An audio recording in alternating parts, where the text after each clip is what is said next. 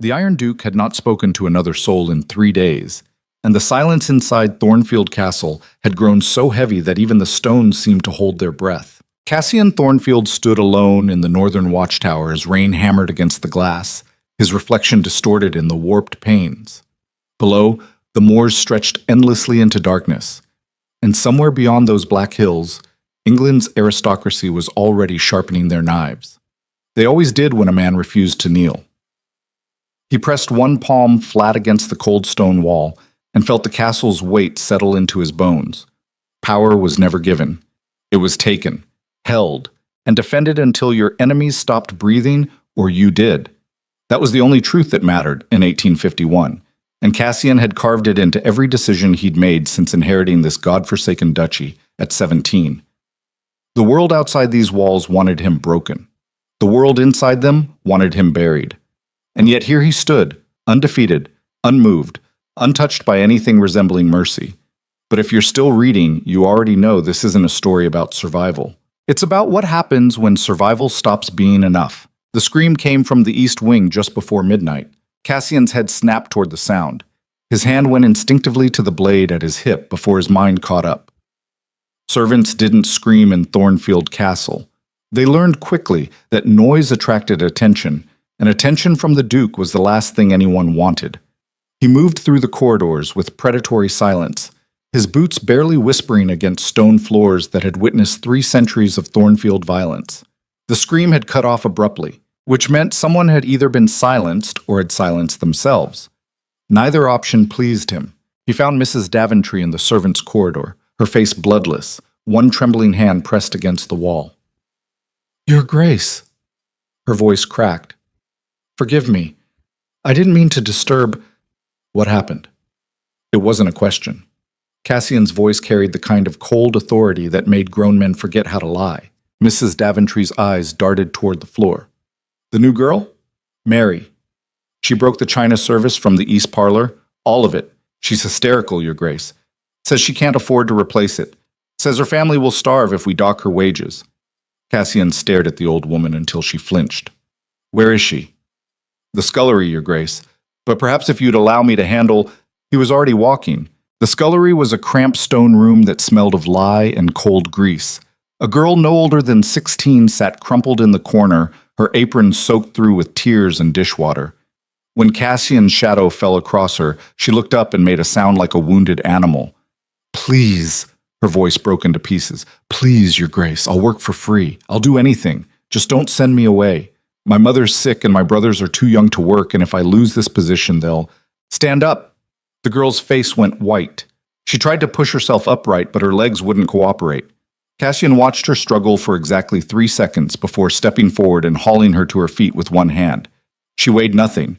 He could feel her pulse hammering against his palm where he gripped her arm. "Look at me." She couldn't. Her eyes stayed fixed on the floor, her whole body shaking like she expected him to strike her. Cassian's jaw tightened. This was what they all thought of him. This was what he'd built. An empire of fear so complete that a child would rather die than meet his eyes. "The china," he said slowly, "was purchased 40 years ago by my father. It was ugly then, and it's uglier now. You've done me a favor." The girl's head jerked up. "Your Grace?" "Your wages won't be docked. Tell Mrs. Daventry to order a new service from London. Tell her I said the old one was garbage." He released her and turned to leave. Behind him, the girl made a choked sound that might have been gratitude or disbelief. Cassian didn't wait to find out which. Kindness wasn't in his nature. But waste annoyed him, and terrifying a 16-year-old girl into uselessness was a waste of time and resources. That was what he told himself as he climbed the stairs back to his chambers. That was the lie he preferred to the truth. The letter arrived the next morning with the Earl of Pemberton's seal. Cassian broke the wax without ceremony and scanned the contents while his steward, Mr. Harrow, waited by the door with the expression of a man watching someone open a letter bomb. "Your Grace?" Cassian let the paper fall to his desk. "Pemberton wants to renegotiate the border taxes." Renegotiate. Harrow's voice was carefully neutral. That's an interesting word for what he's actually suggesting. He wants me to forgive 70% of what his estates owe and pretend it's compromise. Cassian leaned back in his chair. He's testing me, seeing if the rumors are true. What rumors, Your Grace? That I'm losing my grip. Cassian's smile was the kind that made smart men nervous. That the northern territories are weakening under my rule. That perhaps it's time for more reasonable men to take control of these lands. Harrow said nothing, which was answer enough. Cassian stood and walked to the window. Beyond the glass, workers moved through the fields like ants, harvesting wheat under a gray sky. Every bushel of grain, every lamb born, every coin earned in the northern territories flowed through systems he'd built with his own hands. He'd turned a dying duchy into an empire. He'd crushed rebellions before they could breathe and broken noble houses that thought his age made him vulnerable. And now Pemberton thought he could bleed Thornfield dry through paperwork and political pressure. Send a reply, Cassian said. Tell Pemberton I'll renegotiate in person. Arrange a meeting at the hunting lodge in 1 week. Your Grace, with respect, Pemberton will bring allies. This could be a trap.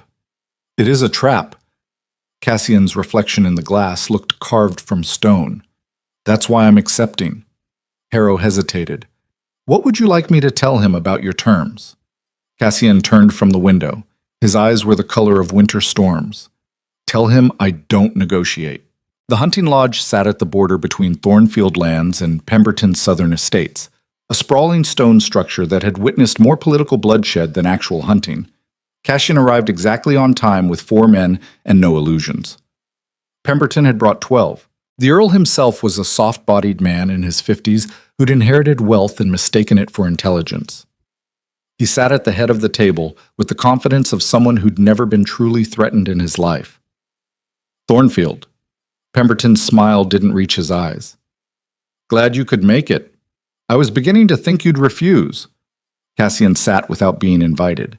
His men remained standing by the door. Let's skip the pleasantries, Cassian said. You want to renegotiate taxes. I'm here to tell you why that's not going to happen. Pemberton's smile tightened. You misunderstand. This isn't a request. The Southern Lords have reached a consensus. Your tax rates are choking trade and damaging the entire region. We're offering you a chance to correct the situation before it escalates. Escalates. Cassian repeated the word like he was tasting poison. You're threatening me in my own territory. I'm offering you an opportunity to avoid unpleasantness. Pemberton leaned forward.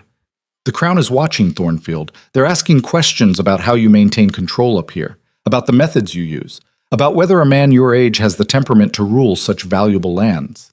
Around the table, the other lords shifted. Cassian could feel their anticipation like electricity in the air. They wanted him to lose his temper. They wanted him to do something violent and stupid that would justify whatever they'd already planned. He smiled instead. You think I'm too young, Cassian said softly, too aggressive, too unwilling to compromise with reasonable men like yourself. I think, Pemberton said carefully, that you've ruled through fear for too long. That approach works until it doesn't. Until people realize you're just one man, Thornfield, mortal like the rest of us. Cassian stood. Every man in the room tensed. You want to know how I maintain control? Cassian walked slowly around the table. I'll tell you. I make examples. I identify threats before they fully form, and I crush them so completely that no one else dares to try. He stopped behind Pemberton's chair. 3 years ago, Lord Ashford tried to organize a coalition against me. His estates are now mine. 2 years ago, the guildmasters in Newcastle attempted to restrict my trade access. The guilds no longer exist. Last year, a group of merchants from York thought they could undercut my lumber prices. Would you like to know where those merchants are now? Pemberton's face had gone pale.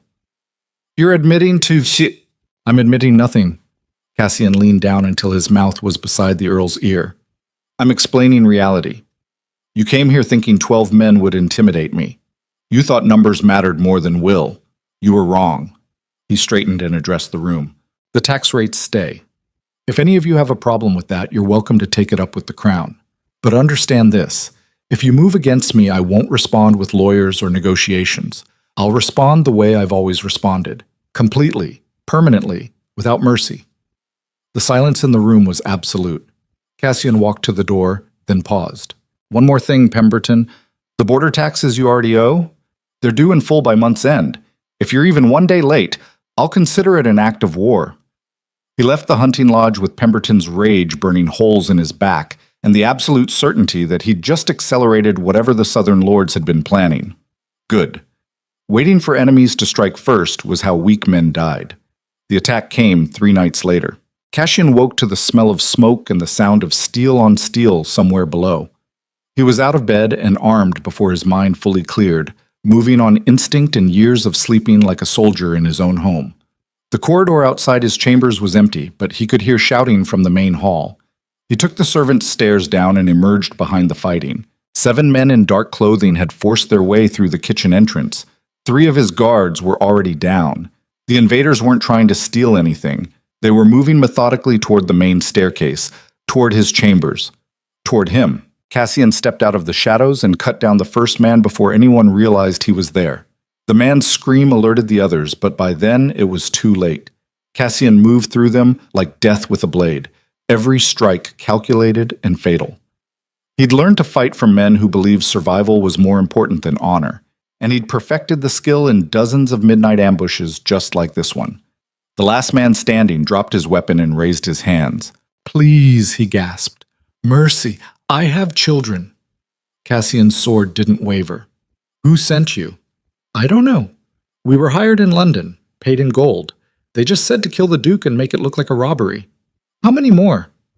"This was everyone, I swear, just 7 of us." Cassian studied the man's face for exactly 5 seconds. He was lying. Not about the number, but about something. The way his eyes kept darting toward the door, the way his breathing was too controlled for someone truly terrified. "You were expecting someone else," Cassian said softly. "Someone who was supposed to meet you here." The man's face confirmed it. Cassian drove his blade through the man's chest before he could speak, then turned as footsteps echoed from the main hall. "Your Grace!" Harrow appeared in the doorway, his face gray. "We've secured the grounds. 3 more men were waiting outside, but we've captured them. Your Grace, this was coordinated. Professional." "I know." Cassian cleaned his blade on a dead man's coat. "Pemberton moved faster than I expected. Gather the prisoners. I want to know everything by morning." "And if they don't talk?" Cassian's expression didn't change. "They'll talk." By dawn, Thornfield Castle's dungeons had yielded 3 names, 2 locations, and enough evidence to hang Pemberton 6 times over. The problem was that evidence meant nothing when your enemy had friends in Parliament and the Crown's ear. Cassian stood in his study as the sun rose over the moors and realized he was at a crossroads. He could go after Pemberton directly, burn his estates, destroy his reputation, make him an example that would echo through England for decades. It was what his father would have done, what every Thornfield before him had done when challenged. Or he could play the long game, use the evidence to build political pressure, form alliances with other noble houses, fight this war the way civilized men fought, with papers and politics instead of swords. The thought made him physically ill. "Your Grace," Mrs. Daventry's voice interrupted his thoughts. "There's a carriage approaching. They're flying the Vale family colors." Cassian frowned. The Vales were minor nobility from the Midlands. Their estate was 3 days' ride south, and he couldn't remember ever having business with them. "Did they send notice?" "No, Your Grace. The messenger at the gate says Lord Vale requests immediate audience. He says it's urgent." Cassian's instincts prickled. Nothing good ever arrived unannounced at dawn. "Show him to the receiving hall. I'll be down shortly." Lord Edmund Vale looked like a man being digested by his own anxiety. He was thin, hollow-eyed, and dressed in clothing that had been expensive once but now showed signs of age. He barely made it through the formal introductions before words started spilling out of him like water from a cracked dam. "Your Grace, I apologize for the intrusion. I wouldn't presume on your time if the situation weren't desperate. You see, my estates have fallen on difficult times. Bad investments, crop failures, debts that I can no longer service. The banks are threatening foreclosure, and I have nowhere else to turn." Cassian listened without expression. He'd heard versions of this speech before. Desperate men coming to beg for loans or mercy or some combination of the two. He usually sent them away with nothing but advice to manage their finances better. "Why come to me?" Cassian said flatly. Vale's Adam's apple bobbed. "Because I know you value direct solutions. I have something you might want, something that could benefit us both. I'm not a moneylender, Vale. If you need capital, go to London. It's not money I'm offering." Vale's voice dropped. "It's my daughter." The room went very still. Cassian's eyes narrowed. Explain. Lady Seraphina. She's 22, educated, well-mannered. She would make an excellent Duchess. Vale's words came faster now, desperate. I know you've avoided marriage, Your Grace, but consider the advantages. The Vale family has connections throughout the Midlands. Our alliance would strengthen your southern borders and give you legitimate ties to moderate houses in Parliament. And in return, I'm only asking for enough to settle my debts and save my family from ruin. Cassian stared at the man. The sheer audacity of it should have been impressive. Vale was trying to sell his daughter like livestock to solve his gambling debts or whatever stupidity had bankrupted his estates. You're asking me to buy your daughter. Vale flinched but didn't deny it. I'm asking you to consider a mutually beneficial arrangement. Marriages have been contracted for less important reasons, Your Grace. And Seraphina is a remarkable young woman, beautiful, intelligent, strong-willed. She would be an asset to Thornfield. Does she know you're here? Vale's silence was answer enough. Cassian should have thrown him out, should have sent Vale back to his dying estates with nothing but contempt. Marriage was a cage that turned men soft and distracted. He'd avoided it for years precisely because he understood what power cost and how easily the wrong partnership could destroy everything he'd built. But then his mind caught on something Vale had said. Connections in Parliament, legitimate ties to moderate houses. He thought about Pemberton and the 12 lords in the hunting lodge, about the attack 3 nights ago, and the political war that was coming whether he wanted it or not, about how much easier it would be to fight that war with allies instead of enemies, about how marriage to the right woman could be armor instead of a cage. I'll meet her, Cassian heard himself say. If she agrees to this arrangement of her own free will, I'll consider it. If she doesn't, you leave my lands and never return. Those are my terms. Vale's relief was pathetic to witness. Thank you, Your Grace. I'll send for her immediately. She'll be here within the week. After Vale left, Harrow appeared from the doorway where he'd been listening. Your Grace, forgive me, but this seems rash. You don't need a wife, especially not one acquired through her father's desperation. Cassian stared out the window at the northern territories that he'd bled to control. I need allies, Harrow. Real ones, the kind that can't be bought or intimidated. He turned to face his steward. And I need them before Pemberton convinces the crown that I'm a mad dog that needs to be put down. So you're going to marry a woman you've never met because her father is bankrupt? I'm going to meet a woman whose father is desperate enough to gamble everything on this arrangement. Cassian's expression was unreadable. If she's strong enough to survive that kind of father, she might be strong enough to survive me. Harrow said nothing. He knew better than to argue when the Duke's mind was made up. But as Cassian returned to his study and the pile of evidence against Pemberton that he couldn't yet use, he felt something unfamiliar settle in his chest. Doubt. He'd just agreed to meet a woman who might become his wife, a woman who would be dragged into his world of violence and political warfare whether she wanted it or not. A woman whose father had just sold her future to save himself. And somewhere deep in the part of himself that Cassian had learned to ignore years ago, a voice whispered that this was wrong. That using another person as a weapon in his endless war made him exactly the monster everyone already believed him to be. He silenced the voice the way he always did, by reminding himself that monsters were the only things that survived in this world. And if Lady Seraphina Vale was about to enter his life, she would learn that truth soon enough. Lady Seraphina Vale arrived at Thornfield Castle on a gray morning that threatened rain, and Cassian knew immediately that her father had lied about everything. She wasn't beautiful in the way Vale had promised. She was something more dangerous, the kind of beautiful that lived in sharp intelligence, and the way she carried herself like she knew exactly what her father had done and had decided to face it anyway. She stepped out of the carriage with her spine straight and her eyes clear, and when she looked up at the castle looming above her, she didn't flinch. Cassian watched from the window of his study as she said something to her maid that made the older woman laugh. Then she turned toward the main entrance, and her expression shifted into something careful and controlled. She was preparing herself. For him. Mrs. Daventry showed her to the receiving hall while Cassian took his time descending the stairs. He wanted to see how she handled the weight, wanted to see if uncertainty would break through that careful control.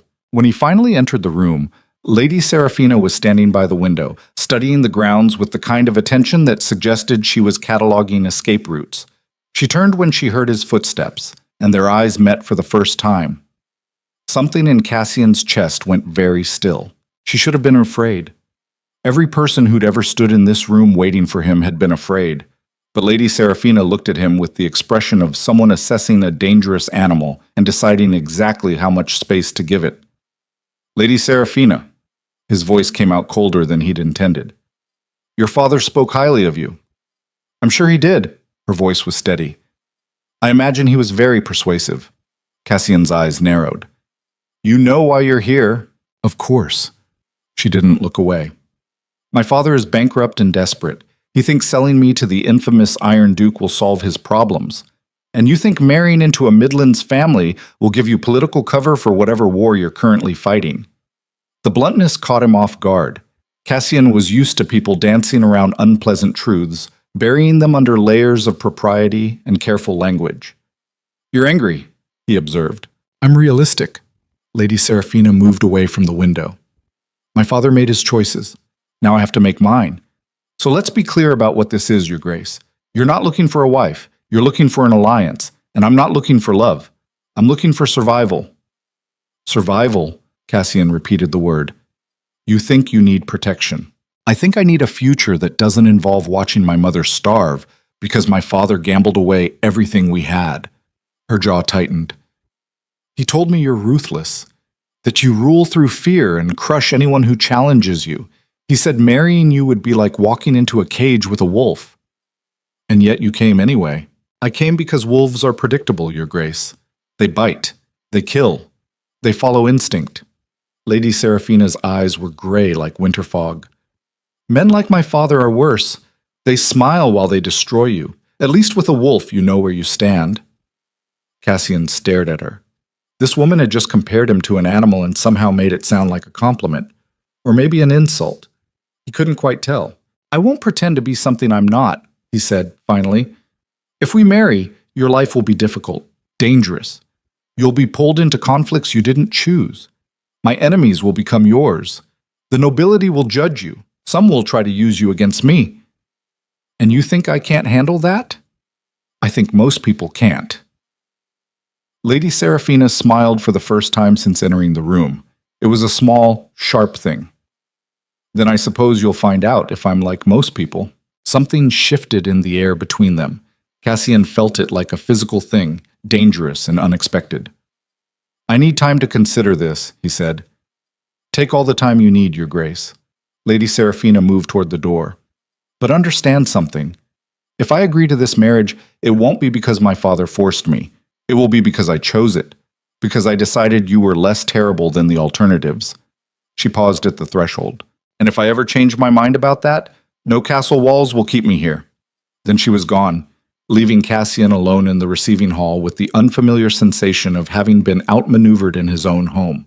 Harrow appeared a moment later, his expression somewhere between concerned and amused. Well, Your Grace? Cassian was still staring at the empty doorway. Schedule the wedding, he said quietly, 2 weeks from now. Your Grace, are you certain? You barely spoke with her. I'm certain. Cassian's voice was flat. Lady Seraphina Vale just walked into Thornfield Castle, knowing exactly what I am, and refused to be afraid. That's either courage or insanity. And if it's insanity, Cassian's expression was unreadable. Then she'll fit right in. The wedding was scheduled for the first day of autumn, and Cassian spent the 2 weeks leading up to it preparing for war. Pemberton had gone silent after the assassination attempt, which meant he was either regrouping or planning something worse. The southern lords were circling like carrion birds, waiting to see if Thornfield would show weakness. And now Cassian was about to marry a woman he barely knew in front of the same nobles who wanted him dead. The night before the wedding, he found himself unable to sleep. He stood on the castle battlements watching storm clouds gather over the moors and tried to remember the last time he'd made a decision that felt this irreversible. Can't sleep either? Cassian turned to find Lady Seraphina standing a few feet away, wrapped in a dark cloak. Her hair was loose around her shoulders, and she looked younger in the moonlight, less controlled. You shouldn't be out here, he said. Why? Because it's improper for the bride to see the groom before the wedding? Her smile was dry. I think we're past worrying about propriety, Your Grace. She came to stand beside him at the wall. For a long moment, neither of them spoke. Second thoughts? Cassian asked finally. Constantly. Lady Seraphina stared out at the darkness. But I'm still here. Why? She turned to look at him. Because you were honest. When my father brought me here, you didn't pretend this was a love match. You didn't lie about what kind of man you are.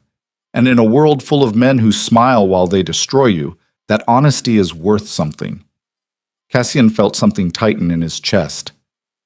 You don't know me, Lady Seraphina. You don't know what I've done to build this empire. No, she agreed. But I know what my father did to destroy his. And given the choice between a man who builds through strength and a man who destroys through weakness, I'll choose strength every time. Lightning flickered on the horizon. Thunder followed seconds later. Tomorrow, Cassian said quietly, everything changes. For both of us. Lady Seraphina's expression was impossible to read in the shadows. Then I suppose we'd better be ready. She left him standing on the battlements as the storm rolled closer, and Cassian realized with sudden clarity that he just made the most dangerous decision of his life. Not because Lady Seraphina Vale was weak, but because she wasn't. And somewhere in the darkness, his enemies were already sharpening their knives, waiting for the moment when the Iron Duke's new weakness would finally give them the opening they needed. The wedding would be a declaration. The question was whether it would be a declaration of strength or the beginning of his end. The ceremony took place in Thornfield's great hall under a sky that couldn't decide between rain and violence. Cassian stood at the altar in formal black, while 200 of England's most powerful families watched from pews that had witnessed 3 centuries of Thornfield marriages, and every single one of them was waiting for him to fail. He could feel their anticipation like static in the air. The Iron Duke finally taking a wife. The ruthless bastard who'd ruled through fear for 8 years suddenly gambling everything on a political marriage to a minor noble's daughter. They were all wondering the same thing, whether this was strength or the first crack in armor that had never shown weakness before. Lord Pemberton sat in the 3rd row with a smile that promised blood. The doors opened and Lady Seraphina entered on her father's arm wearing white silk that made her look like a ghost walking toward her own funeral. But her spine was straight and her eyes were clear, and when she reached the altar and looked at Cassian, there was no fear in her face, only calculation. She was measuring him the same way he'd measured 100 enemies before cutting them down. The priest began speaking words that Cassian barely heard. His attention was locked on the woman beside him. On the way, her pulse jumped in her throat when he took her hand, on the slight pressure of her fingers against his palm like she was testing his grip. On the moment their eyes met during the vows, and something silent passed between them that felt like a challenge being issued from both sides at once. Then the priest said the words that made it permanent. You may kiss your bride. Cassian turned towards Seraphina and saw her jaw tighten almost imperceptibly. She was bracing herself.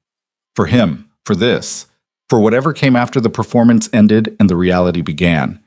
He leaned down slowly enough that she could have pulled away if she wanted to, and pressed his mouth to hers in a kiss that lasted exactly 3 seconds and tasted like a contract being signed in blood. When he pulled back, her eyes were wide, but her expression was controlled. The hall erupted in polite applause that covered a dozen different flavors of malice. They were married, and Cassian's enemies had just been given their first real target in years. The feast afterward was a carefully orchestrated nightmare. Every noble house in attendance brought gifts that were really weapons. Pemberton presented a hunting knife with Thornfield's crest engraved on the blade, and a smile that said he knew exactly where he wanted to put it.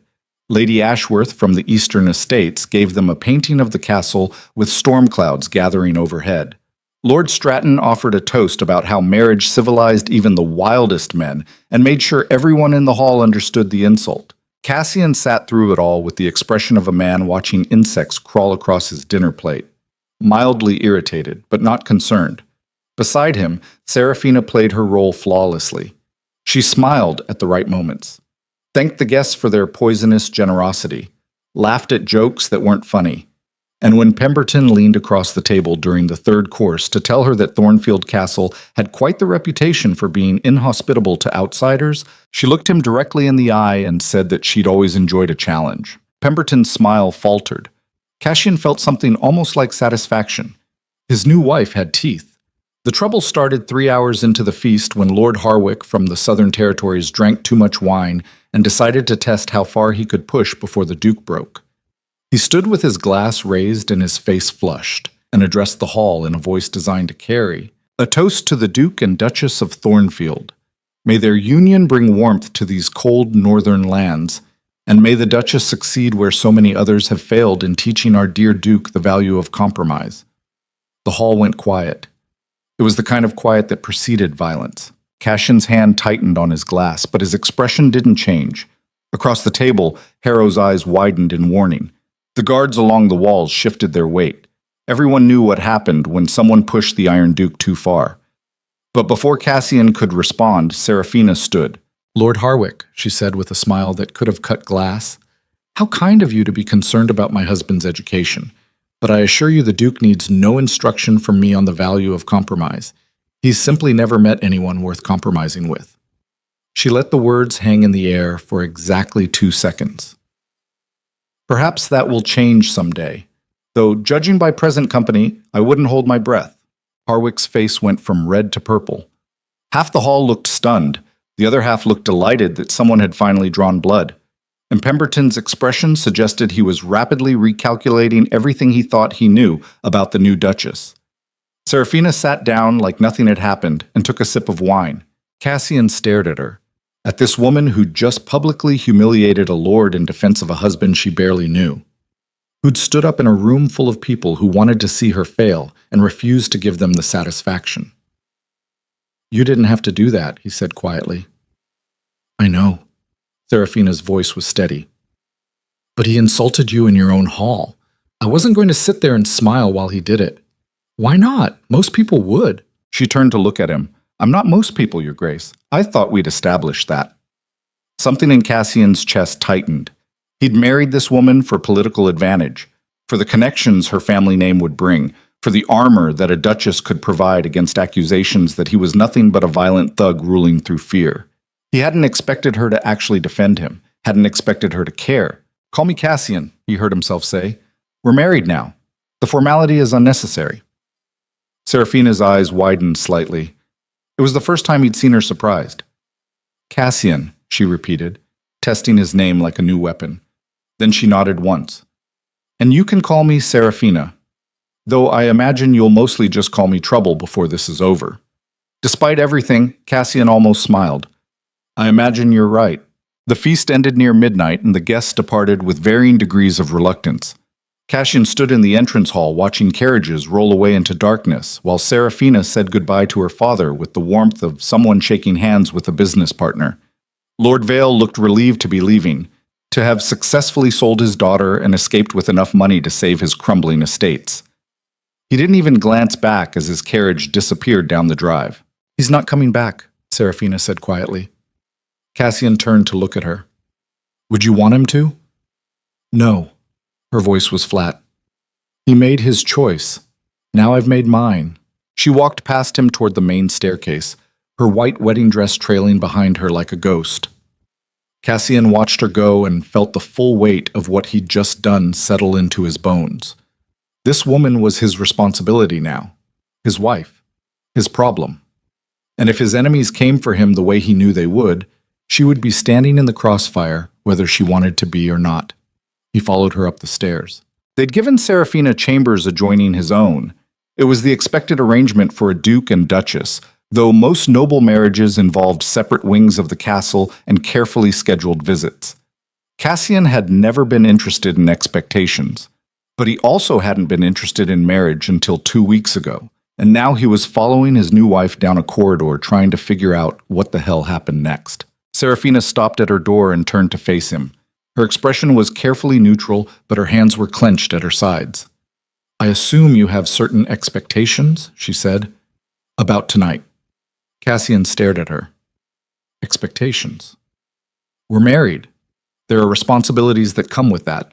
I'm prepared to fulfill them." Her voice was steady, but he could see the tension in her shoulders, the way she was holding herself too still. She was afraid. Not of him specifically, of what marriage meant, of what he might demand, of the loss of control that came with being another man's property in the eyes of the law. Something cold and sharp twisted in Cassian's gut. He'd spent 8 years building an empire on fear, on the absolute certainty that strength was the only thing that mattered, and compromise was just a word weak men used before they died. He'd crushed rebellions and destroyed enemies and never once questioned whether the cost was too high, because the cost of weakness was death, and he'd chosen survival every single time. But standing in this corridor, looking at a woman who'd just defended him in front of his enemies and was now bracing herself for him to hurt her, Cassian felt something he hadn't felt in years. Shame. "Go to bed, Serafina." She blinked. "What?" "You're exhausted. It's been a long day. Go to bed." "But I thought—" "I don't care what you thought." His voice came out harsher than he intended. "I'm not going to touch you. Not tonight. Not until you want me to." Serafina stared at him like he'd just spoken a foreign language. "You're my husband. You don't need my permission." "Yes," Cassian said quietly. "I do." The silence between them was heavy with something he couldn't name. Serafina's expression shifted through confusion and suspicion before landing on something that might have been relief or might have been disappointment. He couldn't tell which. "Thank you," she said finally. Cassian nodded once and turned toward his own chambers. Behind him, he heard her door close softly. He stood alone in the corridor for a long moment, trying to figure out what the hell he was doing. He'd just married a woman he barely knew for purely strategic reasons. He should be treating this like the business arrangement it was. Should be maintaining distance and control, and all the things that had kept him alive and in power for 8 years. Instead, he'd just promised not to touch her without permission, which meant he'd just given her power over him. And power was the one thing Cassian Thornfield never gave anyone. He went to bed alone and spent the night staring at the ceiling, wondering if marriage was going to destroy him faster than his enemies could. The answer came 3 days later in the form of a letter with the crown's seal. Cassian broke the wax in his study, while Harrow watched with the expression of a man who'd just seen storm clouds gather on a clear day. The letter was brief and polite, and absolutely devastating. His Majesty requests your presence in London to address concerns regarding governance of the Northern Territories. You are to appear before the Privy Council within the fortnight to answer questions about recent disturbances and allegations of excessive force in maintaining order. Cassian read it twice before setting it down carefully on his desk.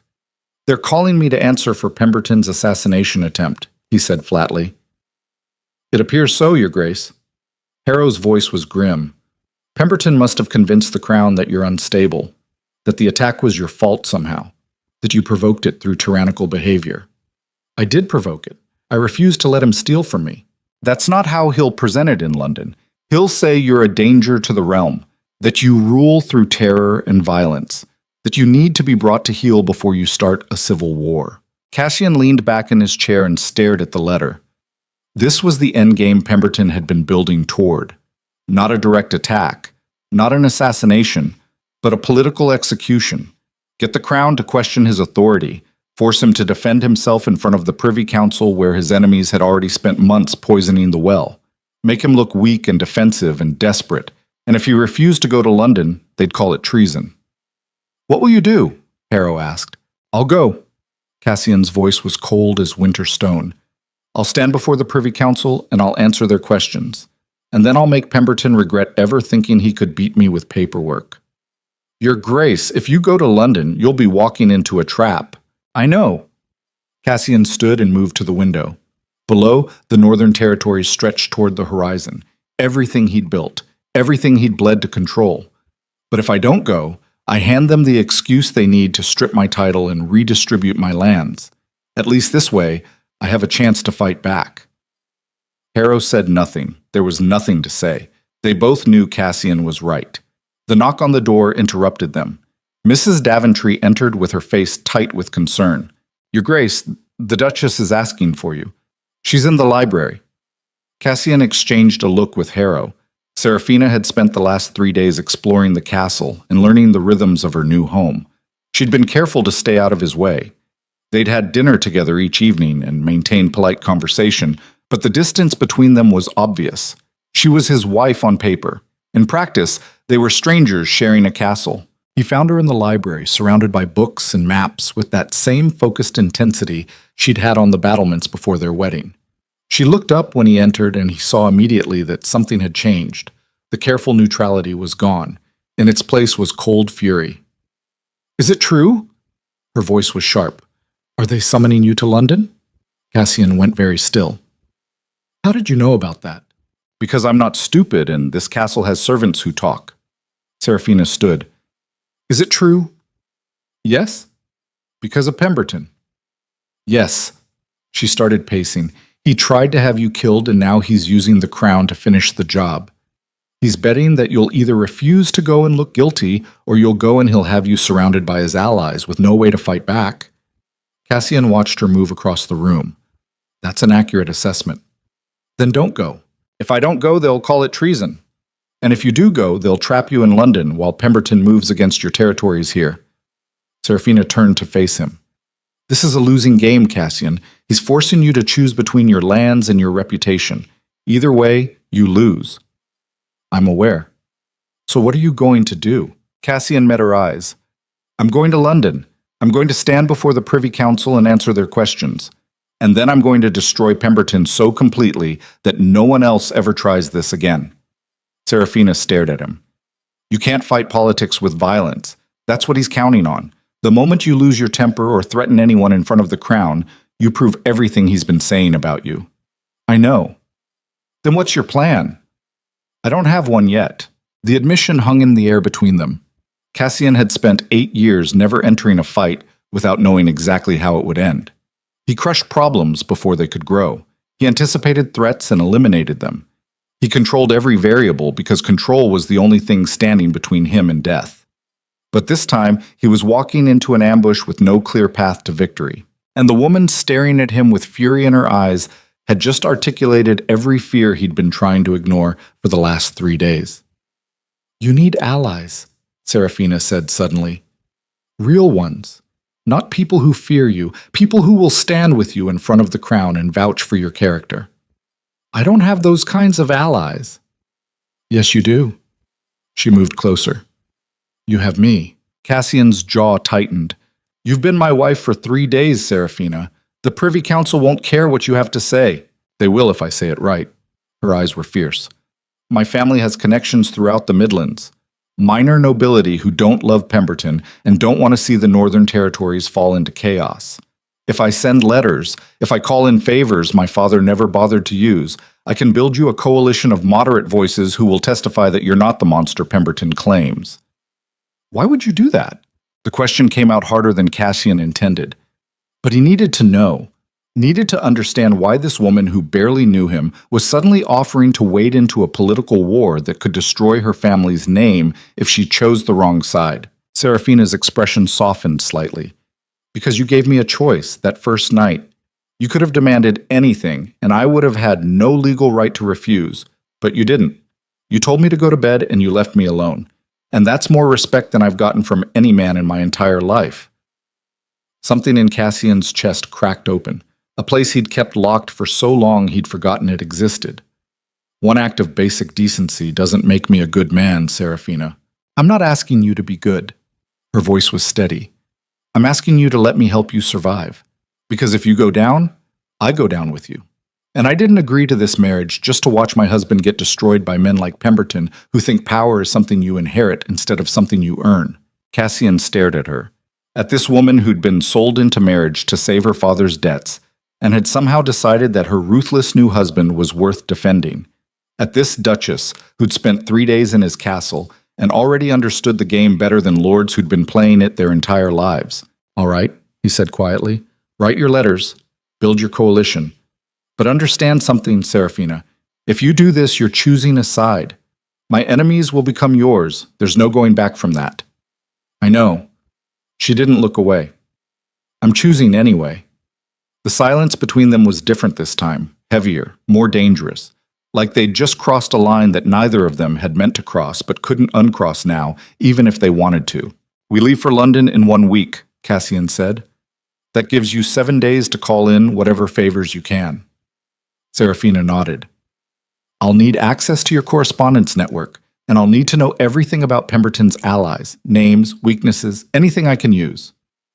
Hera will give you whatever you need. Good. She moved toward the door, then paused. Cassian? Yes?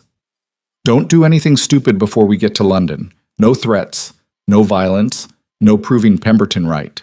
Cassian's expression was unreadable. I can't promise that. Then promise me you'll try. He looked at her for a long moment, at the determination in her face, at the way she was already fighting for him, even though he'd given her every reason not to. "I'll try," he said finally. It was the closest thing to a concession he'd made in years. And as Serafina left the library to begin writing letters that would either save them or destroy them both, Cassian stood alone among the books and maps and felt the ground shift beneath his feet. He'd built an empire on fear and strength and absolute control, but his new Duchess was teaching him something more dangerous: trust. And in the world Cassian Thornfield had created for himself, trust was the fastest way to get killed. The week before London passed in a blur of preparation and barely controlled chaos. Serafina worked 16-hour days in the library, writing letters to every moderate house she could think of. She called in favors her family had accumulated over generations. She promised alliances and support and careful political maneuvering in exchange for testimony that would counter Pemberton's narrative. And slowly, painfully, she began to build something that looked almost like a coalition. Meanwhile, Cassian fortified Thornfield against whatever would come during his absence. He met with his stewards and captains. He reinforced defenses and established protocols for handling threats. He made it clear to every servant and soldier in his employ that if Pemberton tried anything while the Duke was in London, the response would be immediate and permanent. They saw each other at dinner each night, and the conversations became less careful, more honest.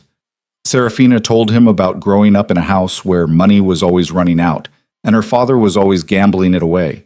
About learning to manage estates at 14 because no one else would. About the quiet rage that came from watching your family destroy itself and being powerless to stop it. Cassian found himself telling her things he'd never told anyone.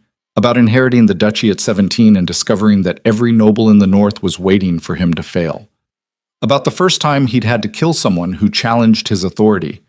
About the gradual realization that fear was the only language these people understood, and kindness would get him killed before his 20th birthday.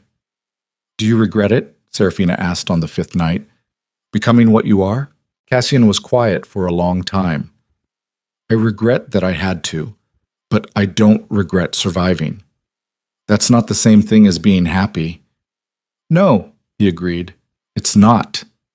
Serafina's expression was thoughtful. "What would make you happy, Cassian, if you could have anything?" He looked at her across the table. At this woman who'd appeared in his life 3 weeks ago and already understood him better than people he'd known for years. "I don't know," he said honestly. "I've spent so long just trying to survive that I forgot to want anything else." Something soft passed across Serafina's face, almost like sadness. "Then maybe it's time to start remembering." The night before they left for London, Cassian found himself standing outside Serafina's door at midnight with no clear idea why he was there. He should be sleeping. Should be preparing mentally for the battle ahead. Should be doing anything except hovering in a corridor like a nervous fool trying to work up the courage to knock. The door opened before he could decide. Serafina stood in her nightgown with her hair loose and her eyes slightly red like she'd been crying.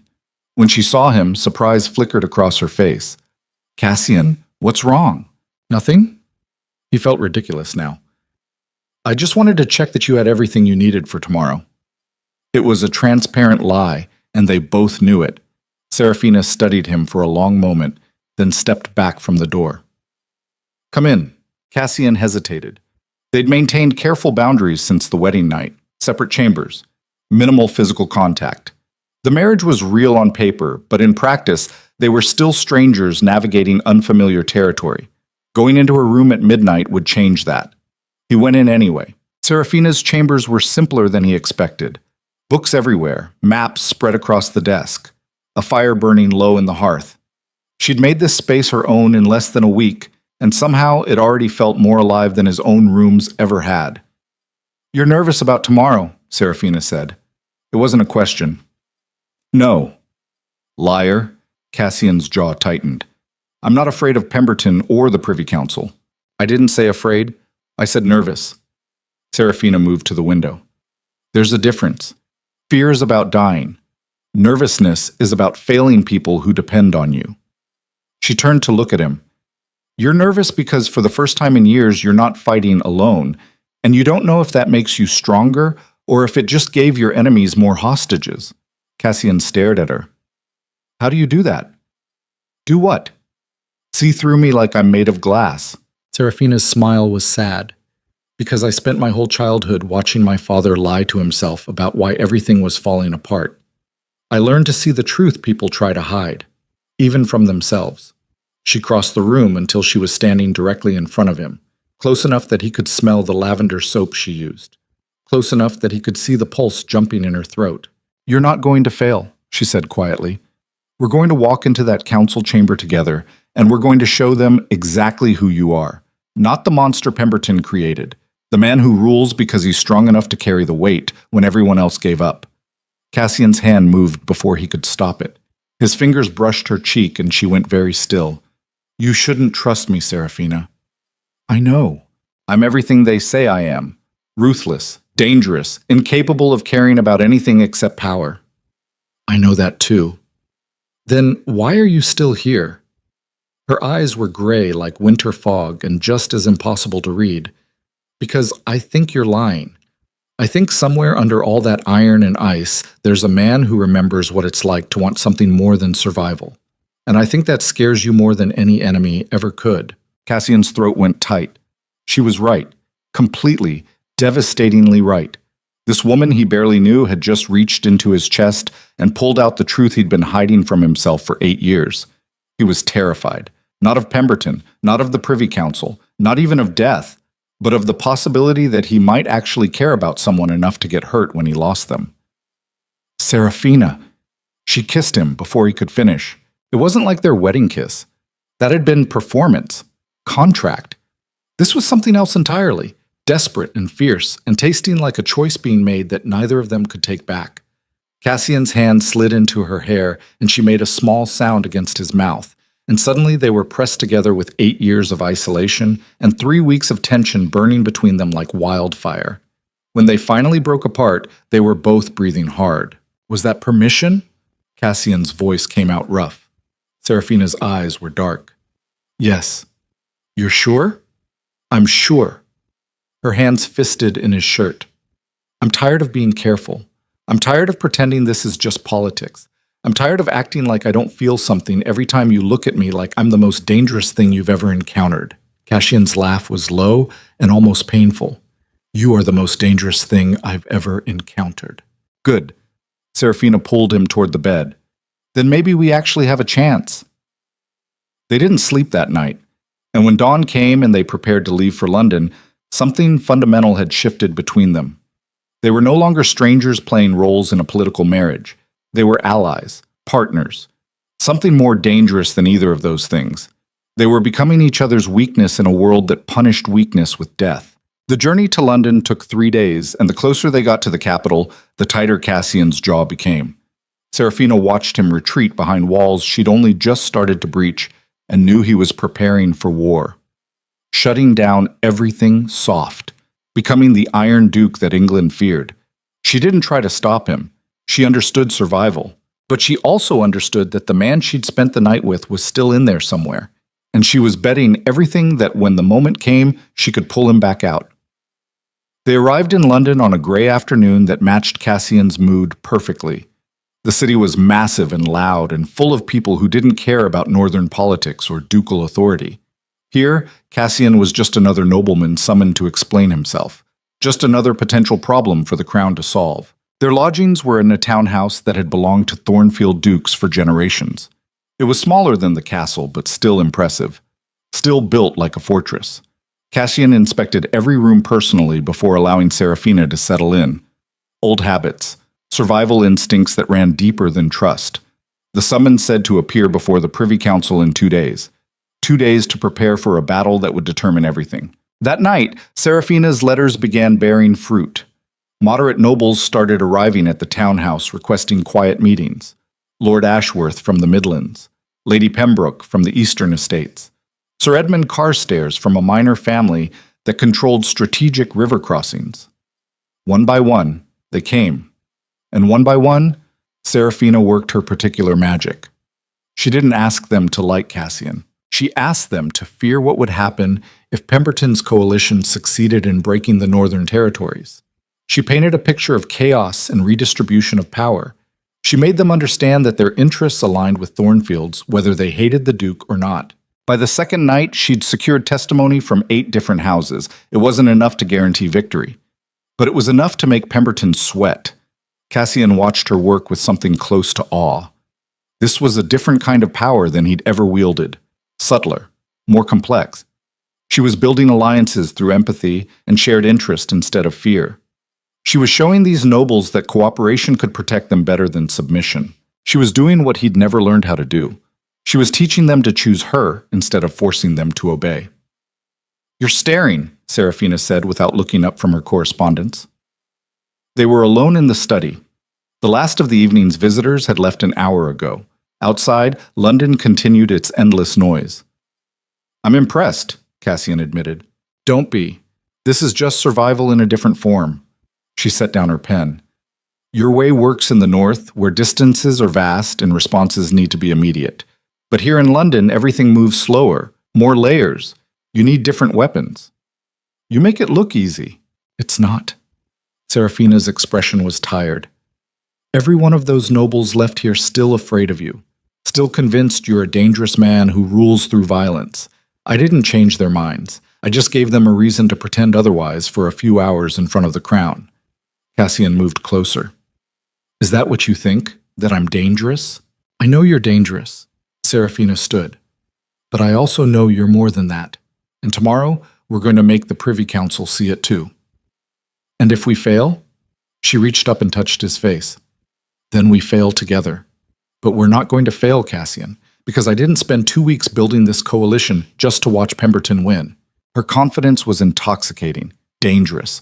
Cassian wanted to believe her, wanted to trust that her carefully constructed alliances would be enough to counter 8 years of reputation and Pemberton's political machinery. But he'd spent too long surviving on cynicism to start believing in miracles now. "Go to bed," he said quietly. "Tomorrow's going to be brutal." Serafina's eyes searched his face. "Are you coming?" The question hung between them, loaded with implications. They'd shared one night, one moment of weakness where walls came down and truth spilled out. But that didn't mean they'd made any promises. Didn't mean this was anything more than 2 people seeking comfort before battle. Cassian kissed her forehead. "Not tonight. I need to think." Disappointment flickered across her face, but she nodded. "Don't think too hard. You'll talk yourself into something stupid." After she left, Cassian stood alone in the study and tried to figure out when exactly his carefully controlled life had spiraled so completely out of his control. 3 weeks ago, he'd been the Iron Duke, untouchable, unmoved, alone by choice because alone was safer. Now he was standing in a London townhouse the night before facing judgment with a wife he couldn't stop thinking about, and a coalition of allies he didn't trust, and the growing certainty that he was about to lose everything he'd spent 8 years building. And the worst part was that he wasn't sure he cared as much as he should, because somewhere between the wedding and tonight, something more important than power had crept into his life, something that felt dangerously like hope. The morning of the Privy Council hearing dawned cold and clear. Cassian dressed in formal black that made him look like death attending its own trial. Serafina wore deep blue silk that transformed her into exactly what they needed her to be. A duchess, a force, a woman capable of standing beside the Iron Duke without flinching. They arrived at Westminster with an escort of 4 guards and the quiet confidence of people who'd already decided they were going to win. Inside, the council chamber was packed, Pemberton and his allies on one side, the nobles Serafina had recruited on the other, and in the center, 12 members of the Privy Council who would decide Cassian's fate. Lord Chancellor Everhart called the session to order with the enthusiasm of a man who'd rather be anywhere else. "We are gathered to address concerns regarding the governance of the Northern Territories under Duke Cassian Thornfield. Lord Pemberton has brought allegations of excessive force, tyrannical behavior, and general instability. Duke Thornfield, you stand accused of ruling through fear rather than law. How do you answer?" Cassian stood. The room went silent. "I answer," he said in a voice that could cut stone, "that every action I've taken as Duke of Thornfield has been in service of maintaining order and protecting the Crown's interests in the North. Lord Pemberton's accusations are the desperate lies of a man who attempted to steal from me and failed, who sent assassins to my home and failed, who has now resorted to politics because every other method of destroying me has proven insufficient." Pemberton shot to his feet. "You see, this is exactly what I warned you about. Threats, paranoia, the man is unstable. I have evidence. Cassian's voice cut through the room like a blade. Testimony from the assassins Lord Pemberton sent. Financial records showing his attempts to evade legitimate taxes. Correspondence proving his conspiracy with other southern lords to destabilize the northern territories. He gestured to Harrow, who stepped forward with documents. Everything is documented. Everything is provable. Lord Pemberton didn't bring me here to answer for crimes. He brought me here hoping you'd strip my title before I could prove his guilt. The chamber erupted in chaos. And in that moment, with evidence spreading across tables and nobles shouting over each other and the Privy Council calling for order, Cassian caught Seraphina's eye across the room. She nodded once. They'd just crossed the point of no return. Whatever happened next would determine not just Cassian's fate, but the future of everything they'd begun building together. And there was no going back. The chaos in the council chamber lasted exactly 47 seconds before Lord Chancellor Everhart's gavel cracked against wood like a gunshot, and the room fell silent under the weight of his authority. Cassian remained standing while Pemberton's face cycled through shock and rage, and something darker that looked almost like fear. The documents Harrow had distributed were spreading across tables like poison through water. Financial records, testimony from captured assassins, letters bearing Pemberton's seal discussing strategy with other southern lords, evidence that had taken weeks to compile and cost 3 men their lives to extract, evidence that should have been enough to end this. But Cassian had been playing this game long enough to know that evidence only mattered if the people judging you wanted to see it. Lord Chancellor Everhart cleared his throat, and the sound carried the weight of a man about to render judgment on something far more complex than simple guilt or innocence. Your evidence is compelling, Duke Thornfield. The accusations against Lord Pemberton appear substantiated. However, this council must consider not merely the facts of this particular dispute, but the larger question of stability in the Northern Territories. The methods you employ to maintain order, the fear your name inspires, the question of whether England benefits from having a duke who rules through violence rather than consensus. Cassian's jaw tightened. They were moving the goalposts. Pemberton had tried to kill him, and the council was still finding ways to make it Cassian's fault. With respect, Lord Chancellor, Cassian said in a voice cold enough to frost glass, the Northern Territories were in chaos when I inherited them at 17. Rebellions every 6 months, trade collapsing, noble houses stealing from each other and from the crown. I restored order. I built systems that work. If my methods seem harsh to comfortable men in London, perhaps those men should spend a winter in the north dealing with lords who only understand strength. A murmur rippled through the chamber. Half agreement, half offense at being called comfortable. Then Seraphina stood. Every eye in the room turned toward her. She was supposed to be decoration, a duchess sitting quietly while men decided her husband's fate. The fact that she was standing at all was a breach of protocol that made several council members frown. Lord Chancellor, if I may speak. Everhart's expression suggested this was highly irregular, but he gestured for her to continue. Seraphina's voice was clear and steady and carried none of the deference these men expected from a woman barely a month into her marriage. I am newly arrived at Thornfield. I have no history with these territories, no investment in the conflicts that predate my marriage. But I have spent the last 3 weeks studying the duchy's records and speaking with its people. And what I've found is not a reign of terror, but a system that functions precisely because it's administered by someone strong enough to enforce fairness. She moved to the center of the chamber. The servants at Thornfield are paid wages above the regional standard. The tenant farmers have long-term leases that protect them from arbitrary eviction. The trade routes my husband secured have brought prosperity to villages that were starving a decade ago. Yes, he rules with a firm hand, but he rules. And the alternative is not gentler governance. It's chaos. Lord Pemberton rose with his face twisted in contempt. You've been his wife for 3 weeks, Lady Seraphina. Forgive me if I don't accept your testimony as impartial. You're defending a man who benefits you personally, who saved your family from bankruptcy. Of course you're going to paint him as some kind of misunderstood hero instead of the tyrant he actually is. Seraphina turned to face Pemberton directly, and her smile could have cut steel. You're right. I do benefit from this marriage. My family was saved from ruin. So forgive me if I don't take moral instruction from a man who tried to solve his problems by hiring assassins. At least my husband's violence is honest. The chamber erupted again. Cassian felt something tight in his chest loosen slightly.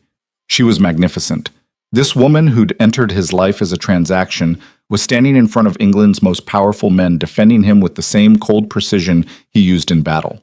She wasn't asking for mercy. She was demanding they acknowledge reality.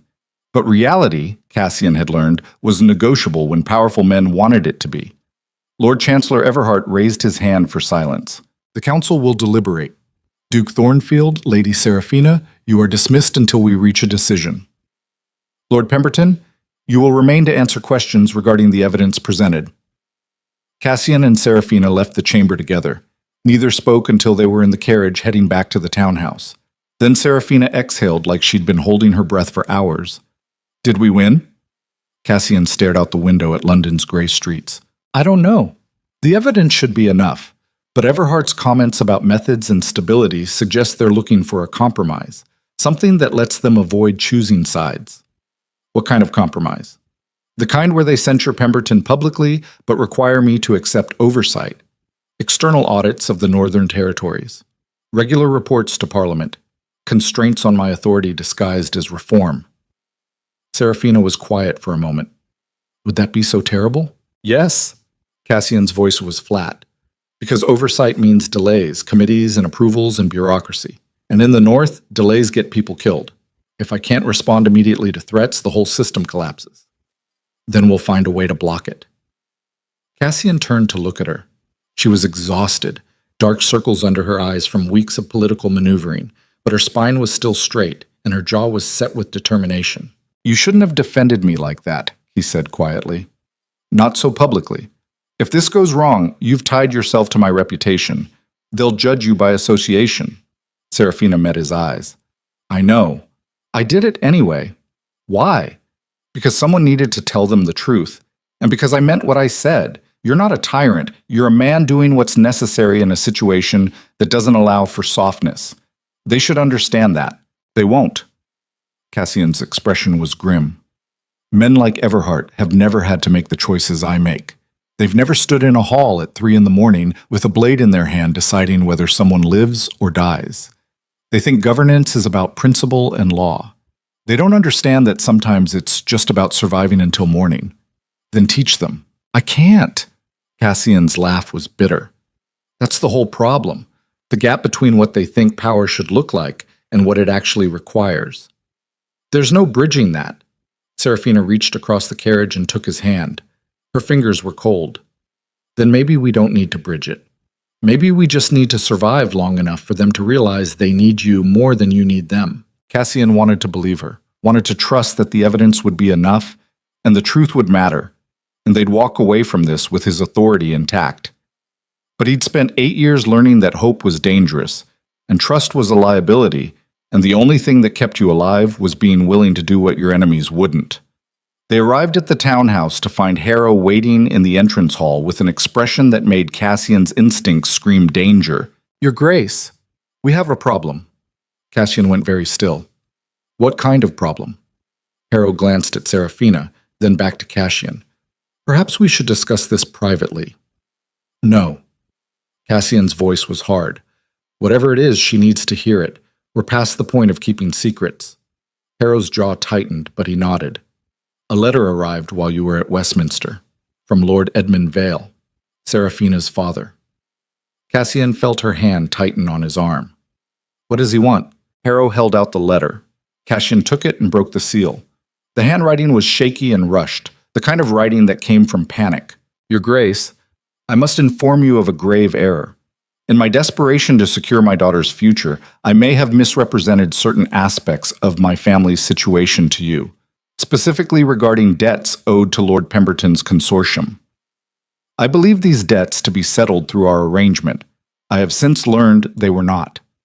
Lord Pemberton is now threatening legal action that could nullify your marriage contract on grounds of fraudulent representation. I am writing to warn you and to beg your forgiveness for any complications this may cause. Your servant, Edmund Vale. The silence in the entrance hall was absolute. Cassian read the letter twice to make sure he understood what he was seeing. Then he looked at Seraphina. Her face had gone completely bloodless. Did you know? His voice was quiet. Dangerous. No. Seraphina's voice cracked. I knew he had debts. I didn't know they were to Pemberton. I didn't know he'd lied to you about settling them. Cassian's mind was already 3 steps ahead, calculating angles and implications. This was the real trap. Not the Privy Council hearing, not the evidence about assassins. This. A legal landmine that could explode their entire strategy. If the marriage contract was signed under false pretenses, it could be annulled, which meant every alliance Serafina had built through her family connections would evaporate. Every testimony from moderate houses that relied on her status as Duchess of Thornfield would become worthless. And Pemberton would walk away from the assassination charges because the primary witness against him would be a disgraced duke married to a woman who'd obtained her title through fraud. It was brilliant, absolutely devastating. And it meant everything they'd built in the last 3 weeks was built on a foundation that never existed. Your Grace, Harrow's voice was careful. What do you want to do? Cassian stared at the letter. He could feel Serafina watching him, waiting to see if he'd blame her for her father's deception, if he'd throw her aside to protect himself, if the ruthless duke everyone feared would sacrifice his wife the moment she became a liability. The old Cassian would have. The man who'd ruled for 8 years without caring about anything except survival would have ended this marriage immediately and cut his losses. But that version of himself had started dying the night Serafina kissed him and told him he was lying about not caring. Find Vale, Cassian said flatly. I want him here, tonight, and get me every contract, every debt record, every piece of paper related to the marriage agreement. If there's a way to fight this, I'm going to find it. Harrow nodded and disappeared. Cassian turned to Serafina. She looked like she was bracing for an execution. I'm sorry, she whispered. I should have investigated his finances more carefully. I should have known he'd do something like this. You're not responsible for your father's choices. But I brought this to your door, everything you've built, everything we've worked for. My father just destroyed it with 1 letter. Cassian crossed the space between them and gripped her shoulders hard enough that she gasped. Listen to me. Your father's an idiot and a coward, and I'm going to deal with him. But you didn't do this. You didn't lie to me. And I'm not letting Pemberton win because Edmund Vale couldn't manage his own finances. Serafina's eyes were bright with unshed tears. Cassian, if the marriage is annulled, everything falls apart. The coalition, the testimony, your defense. They'll strip your title and redistribute your lands, and there's nothing we can do to stop it. Then we make sure the marriage isn't annulled. How? The contract was signed under false pretenses. That's grounds for nullification under English law. There's no fighting it. There's always a way to fight. Cassian's voice was cold with determination. I've been fighting since I was 17 and I'm not stopping now, especially not for Pemberton. He released her and turned toward the study.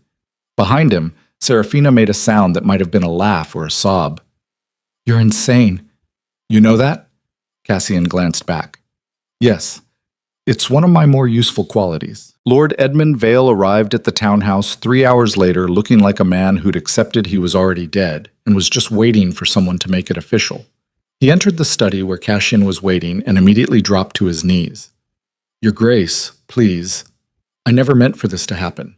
I thought the debts were manageable. I thought once the marriage was complete, Pemberton would have no leverage. I was wrong. I'm sorry. I'll do anything to make this right. Cassian stared down at the man who'd sold his daughter to save himself and was now groveling because his scheme had backfired. Anything. Vale looked up with desperate hope. Yes, anything. Name it. Stand up. Vale scrambled to his feet. Cassian moved closer until they were nearly nose to nose. His voice was soft and absolutely lethal. You lied to me. You misrepresented your debts. You put your daughter in a position where her marriage could be invalidated because you were too much of a coward to face Pemberton yourself. And now you're here begging for mercy because you realize that if I go down, you go down with me. Vale was shaking. Your Grace, Shut up. Cassian's eyes were winter storms. I don't care about your excuses. I care about fixing this. So here's what you're going to do. You're going to testify before the Privy Council. You're going to admit that you failed to disclose the full extent of your debts to Pemberton. And you're going to state clearly that your daughter had no knowledge of this deception. That she entered this marriage in good faith, but that will ruin me. They'll strip what's left of my estates. I'll lose everything. You already lost everything. Cassian's voice was flat. The only question is whether you lose it honorably or as a coward who tried to drag his daughter down with him. Vale's face crumpled. What about Pemberton? He'll use this to destroy you. Let me worry about Pemberton. Your job is to tell the truth for once in your miserable life. Can you do that? Vale hesitated for exactly 3 seconds. Then he nodded. Yes. Your Grace, I'll testify. Good. Now get out of my sight before I forget I'm trying to be a better man. After Vale left, Serafina emerged from where she'd been listening in the doorway. Her expression was complicated. You didn't have to protect me like that. Cassian poured himself a drink. Yes, I did. Why? She moved closer. I'm the daughter of the man who just handed Pemberton the weapon he needs to destroy you. You could throw me aside and save yourself. No one would blame you. Cassian downed the drink in one swallow. I would blame me. That's not a good enough reason. He turned to face her. Then how about this? You defended me in front of the Privy Council when you had every reason not to. You built alliances I couldn't build. You stood beside me knowing it could cost you everything, and I'm not the kind of man who abandons people who stand with me. Even if it costs you your duchy? Especially then. Cassian's expression was unreadable. Because if I lose everything protecting the one person who actually gave a damn about me, at least I'll know I didn't become the monster everyone thinks I am. Serafina stared at him. Then she crossed the room and kissed him with enough force that they stumbled against the desk. When they finally broke apart, her eyes were fierce. We're not losing. I don't care what Pemberton has planned. I don't care what my father broke. We're going to walk back into that council chamber and we're going to win. Cassian wanted to believe her, but he'd seen the angle Pemberton was playing and it was devastatingly effective. Even with Vale's testimony admitting the debt deception, the damage was done. The marriage contract was compromised. The coalition Serafina built was on shaky ground, and the Privy Council now had the perfect excuse to implement the oversight and constraints they'd wanted all along. They were losing. And for the first time in 8 years, Cassian didn't know how to turn it around. The Privy Council reconvened the next morning with the atmosphere of an execution chamber. News of the debt situation had leaked overnight, and the galleries were packed with nobles who'd come to watch the Iron Duke finally fall. Pemberton sat with the satisfied expression of a man who'd just played his winning card. Vale sat in the witness section looking like he wanted to disappear into the floor, and Cassian stood at the center of it all, with Serafina beside him, knowing that the next hour would determine whether they walked out of this chamber together or if everything he'd built would be torn apart by men who'd never had to fight for anything in their lives. Lord Chancellor Everhart called the session to order with visible reluctance. We have reviewed the evidence regarding Lord Pemberton's alleged conspiracy. We have also been made aware of significant irregularities in the marriage contract between Duke Thornfield and Lady Serafina Vale. Lord Edmund Vale has requested to provide testimony. We will hear from him now. Vale stood on shaking legs and made his way to the witness stand. His voice when he spoke was barely audible. My lords, I come before you to confess my failures. When I approached Duke Thornfield with the proposal of marriage between my daughter and his grace, I failed to disclose the full extent of my debts to Lord Pemberton's consortium. I led the Duke to believe these obligations were manageable when in fact they were substantial. This was dishonest and I take full responsibility. He paused and his voice grew slightly stronger. However, I must state clearly that my daughter Lady Serafina had no knowledge of this deception. She entered her marriage believing all arrangements were legitimate. Any fault lies with me alone, not with her, and not with Duke Thornfield, who acted in good faith throughout. Pemberton rose immediately. This confession proves the marriage contract was signed under fraudulent conditions. The union should be annulled and any testimony derived from Lady Serafina's status as Duchess should be disregarded. Everhart looked troubled. The irregularities are concerning. However, the question of annulment is complex. The marriage was consummated. Both parties entered it willingly, even if full disclosure was lacking. Dissolving it would require, then let me simplify matters. The voice came from the back of the chamber. Everyone turned. A man Cassian didn't recognize stepped forward from the gallery. He was older, distinguished, dressed in the formal robes of a high court justice. And when he spoke again, his voice carried absolute authority. I am Lord Justice Blackwell of the High Court. I have reviewed the marriage contract between Duke Thornfield and Lady Serafina Vale. I have also reviewed the debt records between Lord Edmund Vale and Lord Pemberton's consortium, and I have found something rather interesting. He produced a document. The debts Lord Vale failed to disclose were indeed owed to a consortium, But that consortium was dissolved 4 months before the marriage contract was signed. The debts were transferred to a new entity, an entity that Lord Pemberton failed to register properly with the Crown's financial office, which means legally those debts don't exist, which means Lord Vale's failure to disclose them is irrelevant because there was nothing to disclose. The chamber exploded. Cassian's mind raced, trying to understand what had just happened. Someone had investigated Pemberton's financial arrangements deeply enough to find a technicality that invalidated the entire trap. Someone had been working behind the scenes to protect them. But who? Blackwell continued over the chaos. Furthermore, I have evidence that Lord Pemberton knowingly maintained fraudulent financial records for the purpose of manipulating noble marriages and estate transfers. This is a criminal matter that supersedes any questions about Duke Thornfield's governance methods. He turned to face Pemberton directly. Lord Pemberton, you are hereby ordered to appear before the High Court to answer charges of financial fraud, conspiracy, and attempted manipulation of noble contracts. Your estates are frozen pending investigation. Pemberton's face went from confident to gray in seconds. This is absurd. You can't. I can, and I have. Blackwell's expression was iron. Take him into custody. Guards moved forward. Pemberton started shouting about jurisdiction and authority and connections in Parliament, but it didn't matter. He was being dragged from the chamber while the nobles who'd supported him suddenly found reasons to be elsewhere. Cassian stood frozen, trying to process what had just happened. They'd won. Somehow, impossibly, they'd won. The marriage was secure, Pemberton was destroyed, the Northern Territories were safe, but he had no idea how. Everhart gavelled for order, and when the chamber finally quieted, he addressed Cassian with visible relief. Duke Thornfield, in light of these revelations, this council finds no grounds to question your governance of the Northern Territories. The charges brought by Lord Pemberton are dismissed. You are free to return to your duties. He paused. However, I would encourage you to consider the concerns raised about methods and perception. The Crown values stability. Perhaps there are ways to achieve your goals that don't require quite so much fear. Cassian's jaw tightened, but he nodded. I will take that under advisement, Lord Chancellor. It was the most diplomatic thing he'd said in years, and it nearly choked him.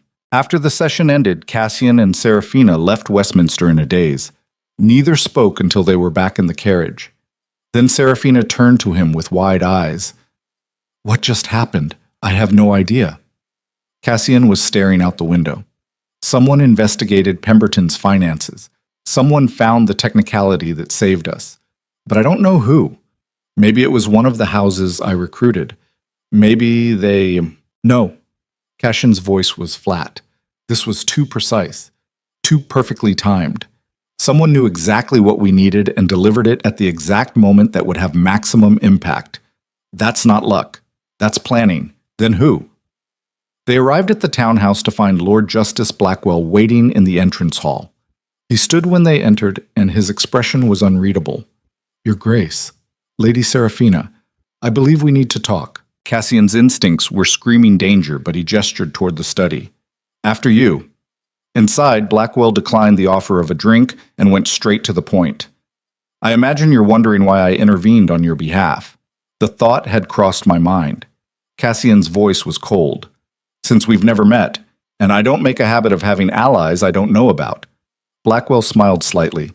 You don't have an ally, Your Grace. You have a creditor. Everything in Cassian went very still. Explain. 3 years ago, you crushed a rebellion in the Northern Territories. Among the rebels was a young man named Thomas Ashford. You had him executed. His sister Catherine came to London shortly after and married into my family. She has spent 3 years building a case against you for wrongful execution of her brother. Cassian's blood went cold. Ashford hadn't been wrongful. The man had been organizing an armed insurrection. But legal guilt and political perception were different things. If Blackwell had evidence that could be twisted the right way, it could destroy everything the Privy Council hearing had just saved. So you saved me from Pemberton so you could control me yourself. Blackwell's smile widened. I saved you from Pemberton because having you in my debt is more useful than having you destroyed. My sister-in-law wants justice for her brother. I've convinced her that justice can take many forms. Perhaps a generous annual payment to support her charitable works, Perhaps favorable treatment for certain trade contracts. Perhaps your support on key votes in the House of Lords. He leaned forward. The point, Your Grace, is that you now owe me, and I intend to collect. The silence in the room was suffocating. Cassian felt Seraphina's hand find his under the table. She was trembling with rage, but her voice when she spoke was steady. You orchestrated this entire situation. You let us think we'd won when really you were just positioning yourself to take Pemberton's place. Not at all, Lady Seraphina. Blackwell's voice was pleasant. I simply saw an opportunity to turn a crisis into an arrangement that benefits everyone. You keep your marriage and your reputation. Duke Thornfield keeps his territories. Lord Pemberton faces justice for his actual crimes. And I gain a powerful ally who understands the value of paying his debts. He stood. I'll be in touch with specific requests. I trust you'll be reasonable. After all, the alternative is having Catherine's evidence about the Ashford execution presented to a court that's already questioning your methods. I don't think the Privy Council would be as forgiving a second time. Blackwell left them sitting in the study with the wreckage of their victory scattered around them like broken glass. After a long silence, Seraphina spoke. Cassian, we can fight this. We can... No. Cassian's voice was hollow. We can't. He's right. If he brings charges about the Ashford execution, it doesn't matter if I was legally justified. The timing would destroy me. The Privy Council would see it as proof they were wrong to trust me. So you're just going to let him blackmail you after everything? What choice do I have? Cassian stood and walked to the window. I spent 8 years building an empire on the belief that strength was enough. That if I was ruthless enough and feared enough, no one could touch me. But Pemberton touched me. And Blackwell just proved that all my strength meant nothing against someone patient enough to wait for the perfect moment to strike. He turned to face her. His expression was raw with something that looked like defeat. I was wrong, Seraphina. About everything. About how power works. About what it takes to survive. I thought I could control everything through force. But all I did was create enemies and build walls. And now those walls are trapping me instead of protecting me. Seraphina crossed the room and took his face in her hands. Then maybe it's time to stop building walls. Maybe it's time to figure out who you actually are instead of who you had to become to survive. Cassian's laugh was bitter. You're asking me to change my entire nature. I'm asking you to remember you have a nature beyond survival. Seraphina's eyes were fierce. The man who told me to go to bed on our wedding night instead of demanding his rights. The man who defended a 16-year-old servant girl over broken china. The man who just protected me from my father's mistakes, even though it would have been easier to throw me away. That's not cruelty, Cassian. That's not the monster everyone thinks you are. Then what is it? It's the person you could be if you stop believing the only way to win is to make everyone afraid of you. Cassian wanted to believe her, wanted to think that 8 years of building an empire on fear could somehow be transformed into something different, something better. But the reality was staring him in the face. Blackwell had just taken everything Cassian thought he'd won and turned it into a leash. And the only way forward was submission or destruction. For the first time since inheriting his title at 17, Cassian Thornfield felt completely powerless. And the worst part was that he'd done it to himself. Every choice he'd made, every enemy he'd created through ruthlessness instead of diplomacy, every bridge he'd burned because compromise felt like weakness. It had all led to this moment. Standing in a London townhouse with his wife's hands on his face, being told that the only way to survive was to become someone he didn't know how to be. That night, Cassian stood on the townhouse balcony staring at London's endless lights and tried to figure out what came next. Behind him, he could hear Seraphina moving through the rooms. She'd spent the evening writing letters to the moderate houses who'd supported them, thanking them, building relationships that might matter if Blackwell decided to collect his debt publicly. She was already thinking 3 moves ahead. Cassian was still stuck on the fact that he'd lost. The door opened and Seraphina joined him in the cold. She was wrapped in a heavy cloak and her breath made small clouds in the darkness. You're going to freeze out here. Good. Maybe it'll help me think. She moved to stand beside him. Have you decided what you're going to do about Blackwell? Cassian was quiet for a long time. Then he spoke in a voice so low it was almost lost in the wind. I'm going to pay him. Whatever he asks. For as long as he asks. Because the alternative is losing everything and I'm not ready to let that happen. Not when I finally have something worth protecting. He turned to look at her. But I'm also going to change. The way I rule, the way I approach problems, the way I deal with enemies. Because Blackwell was right about one thing. Strength alone isn't enough. Not anymore. Maybe it never was. Serafina's eyes were bright. What are you saying? I'm saying you were right. About walls, about fear, about all of it. Cassian's voice was rough. I've spent 8 years building an empire on making people afraid of me, and all it got me was enemies patient enough to wait for me to make one mistake. So maybe it's time to try something different. Like what? I don't know yet. Cassian looked back at the city. But I know I can't keep doing this alone. I know that the woman standing next to me just spent 2 weeks building alliances I never could have made, that she defended me in ways I never could have defended myself, that she's asking me to be better than I am because she actually believes I can be. He took her hand. So I'm going to try. I'm going to figure out how to be the man you think I am instead of the monster everyone else sees. And maybe that'll be enough to survive whatever comes next. Serafina's smile was sad and fierce at the same time. It will be, because we're not doing this alone anymore. We're doing it together. And together means you don't have to carry everything by yourself. Cassian pulled her close, and they stood in the cold while London sprawled beneath them, indifferent to their struggles. Somewhere in that city, Blackwell was planning how to use his new leverage. Somewhere, other enemies were sharpening their knives. Somewhere, the next crisis was already forming. But for the first time in 8 years, Cassian wasn't facing it alone. And maybe that was enough. Maybe that was everything. They returned to Thornfield Castle a week later to find the Northern Territories exactly as they'd left them. Functioning. Stable. Maintained by systems Cassian had built with iron and fear. But now, when he looked at his empire, all he could see were the cracks. The places where fear had worked but loyalty would have worked better. The enemies he'd made who could have been allies. The distance between the ruler he'd become and the person he might have been if circumstances had been different. The first thing Cassian did was call a meeting with his senior staff. Harrow, Mrs. Daventry, the captain of the guard, the trade masters who managed commerce, every person who kept Thornfield functioning. He stood before them in the great hall and said something he'd never said before. I need your help. The words felt like choking, but he forced them out anyway. I've ruled this duchy for 8 years through strength and control. It's kept us safe. But it's also made enemies I can't keep fighting forever. So I'm asking you now, not ordering, asking. Help me find better ways. Help me build something that lasts beyond fear. Help me become the kind of leader who doesn't need to threaten people to get them to do the right thing. The silence that followed was absolute. These people had served under the Iron Duke. They'd learned to obey without question, and now he was asking them to think, to challenge, to be partners instead of subordinates. Mrs. Daventry spoke first. Her voice was careful but steady. With respect, Your Grace, what you're describing sounds like weakness. Your enemies will see it as an opening. They'll test you, push boundaries, try to exploit any softness. Cassian nodded. You're right. They will. So we'll need to be smarter, more strategic. We'll need to build systems that don't require me to personally terrify every potential threat.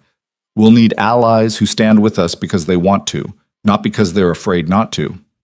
He looked around the room. I know this isn't what you signed up for. I know you served me because I was strong enough to keep you safe. But strength has limits. I just learned that the hard way.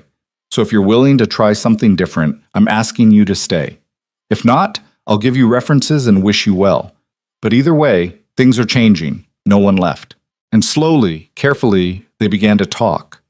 About systems that relied too heavily on Cassian's personal intervention. About ways to delegate authority without losing control. About building relationships with neighboring duchies that didn't involve threats or intimidation. About allowing servants and tenants to voice concerns without fear of retribution. It was messy and uncomfortable, and went against every instinct Cassian had spent 8 years honing. It was also the hardest thing he'd ever done. Harder than executing rebels. Harder than crushing conspiracies. Harder than standing alone against enemies who wanted him dead. Because survival was simple. You did whatever it took and you didn't apologize. But being better than survival required admitting you'd been wrong. Required changing when change felt like surrender. Required trusting that the people around you might know something you didn't. required becoming someone new, while the old version of yourself screamed that this was weakness, and weakness got you killed. That night, Cassian found Serafina in their shared chambers. They'd stopped maintaining separate rooms after London, stopped pretending this was just a political arrangement. She was reading by the fire and looked up when he entered. How did it go? Hard. Cassian sat down heavily. I have no idea what I'm doing. Everything in me says this is a mistake, that I'm exposing vulnerabilities my enemies will exploit. Probably. Serafina set down her book. But you were already vulnerable, Cassian. Pemberton proved that. Blackwell proved that. The only difference now is you're trying to build something stronger than just your reputation. What if it doesn't work? What if I change everything and it falls apart anyway? Then at least you'll know you tried. Serafina moved to sit beside him. And you won't be wondering for the rest of your life if there was a better way. Cassian pulled her close. 3 months ago, I was the Iron Duke, untouchable, alone, certain I had everything figured out. And now? Now I'm married to a woman who terrifies me more than any enemy I've ever faced. I'm in debt to a man who saved me just to control me. I'm trying to rebuild my entire approach to governance while everyone watches to see if I fail. And I have no idea if any of this is going to work. He kissed her forehead, but for the first time in 8 years, I actually care about something beyond survival. So maybe that's progress. Serafina smiled against his chest. It's definitely progress, even if it doesn't feel like it. They sat together while the fire burned low, and outside Thornfield Castle, the northern territories spread into darkness, lands that Cassian had ruled through fear and iron will, lands that had made him infamous throughout England, lands that he was now trying to govern differently, while every instinct screamed that different meant weak and weak meant dead. But Serafina was right. He'd been vulnerable all along. He'd just been too stubborn to see it. And maybe admitting that vulnerability was the first step toward building something that could actually last. Or maybe he was making the biggest mistake of his life. Either way, there was no going back. The Iron Duke who'd ruled alone through fear was gone. In his place was a man trying to figure out who he could become if he stopped believing that strength was the only thing that mattered. A man whose enemies would see that change as weakness and come for him harder than ever before. A man who had finally found something worth fighting for beyond his own survival, and now had to figure out how to protect it without becoming the monster everyone had always believed him to be. The question wasn't whether he could do it. The question was whether he could survive long enough to find out. The first sign that something was wrong came on a February morning when the northern sky turned the color of old bruises and the wind carried smoke from villages that shouldn't have been burning. Cassian was in the stables inspecting new horses when the rider came through the gates at a pace that meant death was close behind. The man nearly fell from his saddle, and Cassian caught him before he hit the ground. Blood soaked through the messenger's coat from a wound in his side that looked like it had been there for hours. "Your Grace?" The man's voice was barely a whisper. "Blackwell. He's coming. With soldiers. Hundreds of them. He says you refused his terms, says you're in rebellion against the crown. They've already taken 3 villages on the eastern border. They're burning everything." Cassian's blood went cold. "I never refused his terms. I've been paying everything he asked." The messenger coughed, and red spattered his lips. "He says different. Says you sent him a letter denying his authority. Says the crown authorized him to seize Thornfield by force if necessary." Cassian's mind raced through the implications. This was a setup. Blackwell had fabricated a refusal that never happened and was using it as justification to invade, which meant the debt he'd been paying for 3 months was never about money. It was about creating the appearance of instability, building a case that Cassian was unreliable, dangerous, a threat that needed to be removed permanently. And now Blackwell was coming with crown authorization to do exactly that. "Where are they now?" Cassian's voice was deadly calm. 2 days out. Maybe less if they push hard. "Your Grace, they're not here to arrest you. They're here to destroy you. Everything. The castle, the lands, everyone loyal to you." Cassian looked up at Thornfield's towers, at the empire he'd built through blood and iron and 8 years of refusing to break, at the home that Serafina had slowly transformed from a fortress into something that felt almost like a sanctuary, at the future they'd been trying to build where strength didn't require cruelty and power didn't demand isolation. Blackwell was going to burn it all down and claim he was doing it for England. Get this man to the infirmary. Cassian's voice cut through the chaos that was starting to spread through the courtyard. Then send runners to every village and outpost. I want everyone who can fight armed and ready. Everyone who can't fight needs to evacuate to the mountains. We have 48 hours. Harrow appeared at his shoulder. Your Grace, if the Crown authorized this, fighting back is treason. We'd be declaring war on England itself. Then we're declaring war. Cassian's eyes were winter storms. Because I'm done letting men like Blackwell use the law as a weapon while pretending to be civilized. If he wants Thornfield, he's going to have to take it from my corpse. He turned and strode toward the castle. Behind him, the machinery of war began grinding into motion, soldiers pulling weapons from armories, servants boarding up windows, messengers riding out to sound alarms that hadn't been used since the last rebellion 8 years ago. The Iron Duke might have been trying to change, but the world wasn't interested in giving him that chance. So he was going back to what he knew best: survival, defense, making enemies pay in blood for every inch of ground they tried to take. He found Serafina in the library surrounded by maps and ledgers. She looked up when he entered and immediately saw the truth in his face. How bad? Blackwell fabricated a refusal to his terms. He's coming with Crown soldiers to seize Thornfield by force. 2 days out, maybe less. Serafina went very still. Can we evacuate? Run somewhere he can't reach? Cassian shook his head.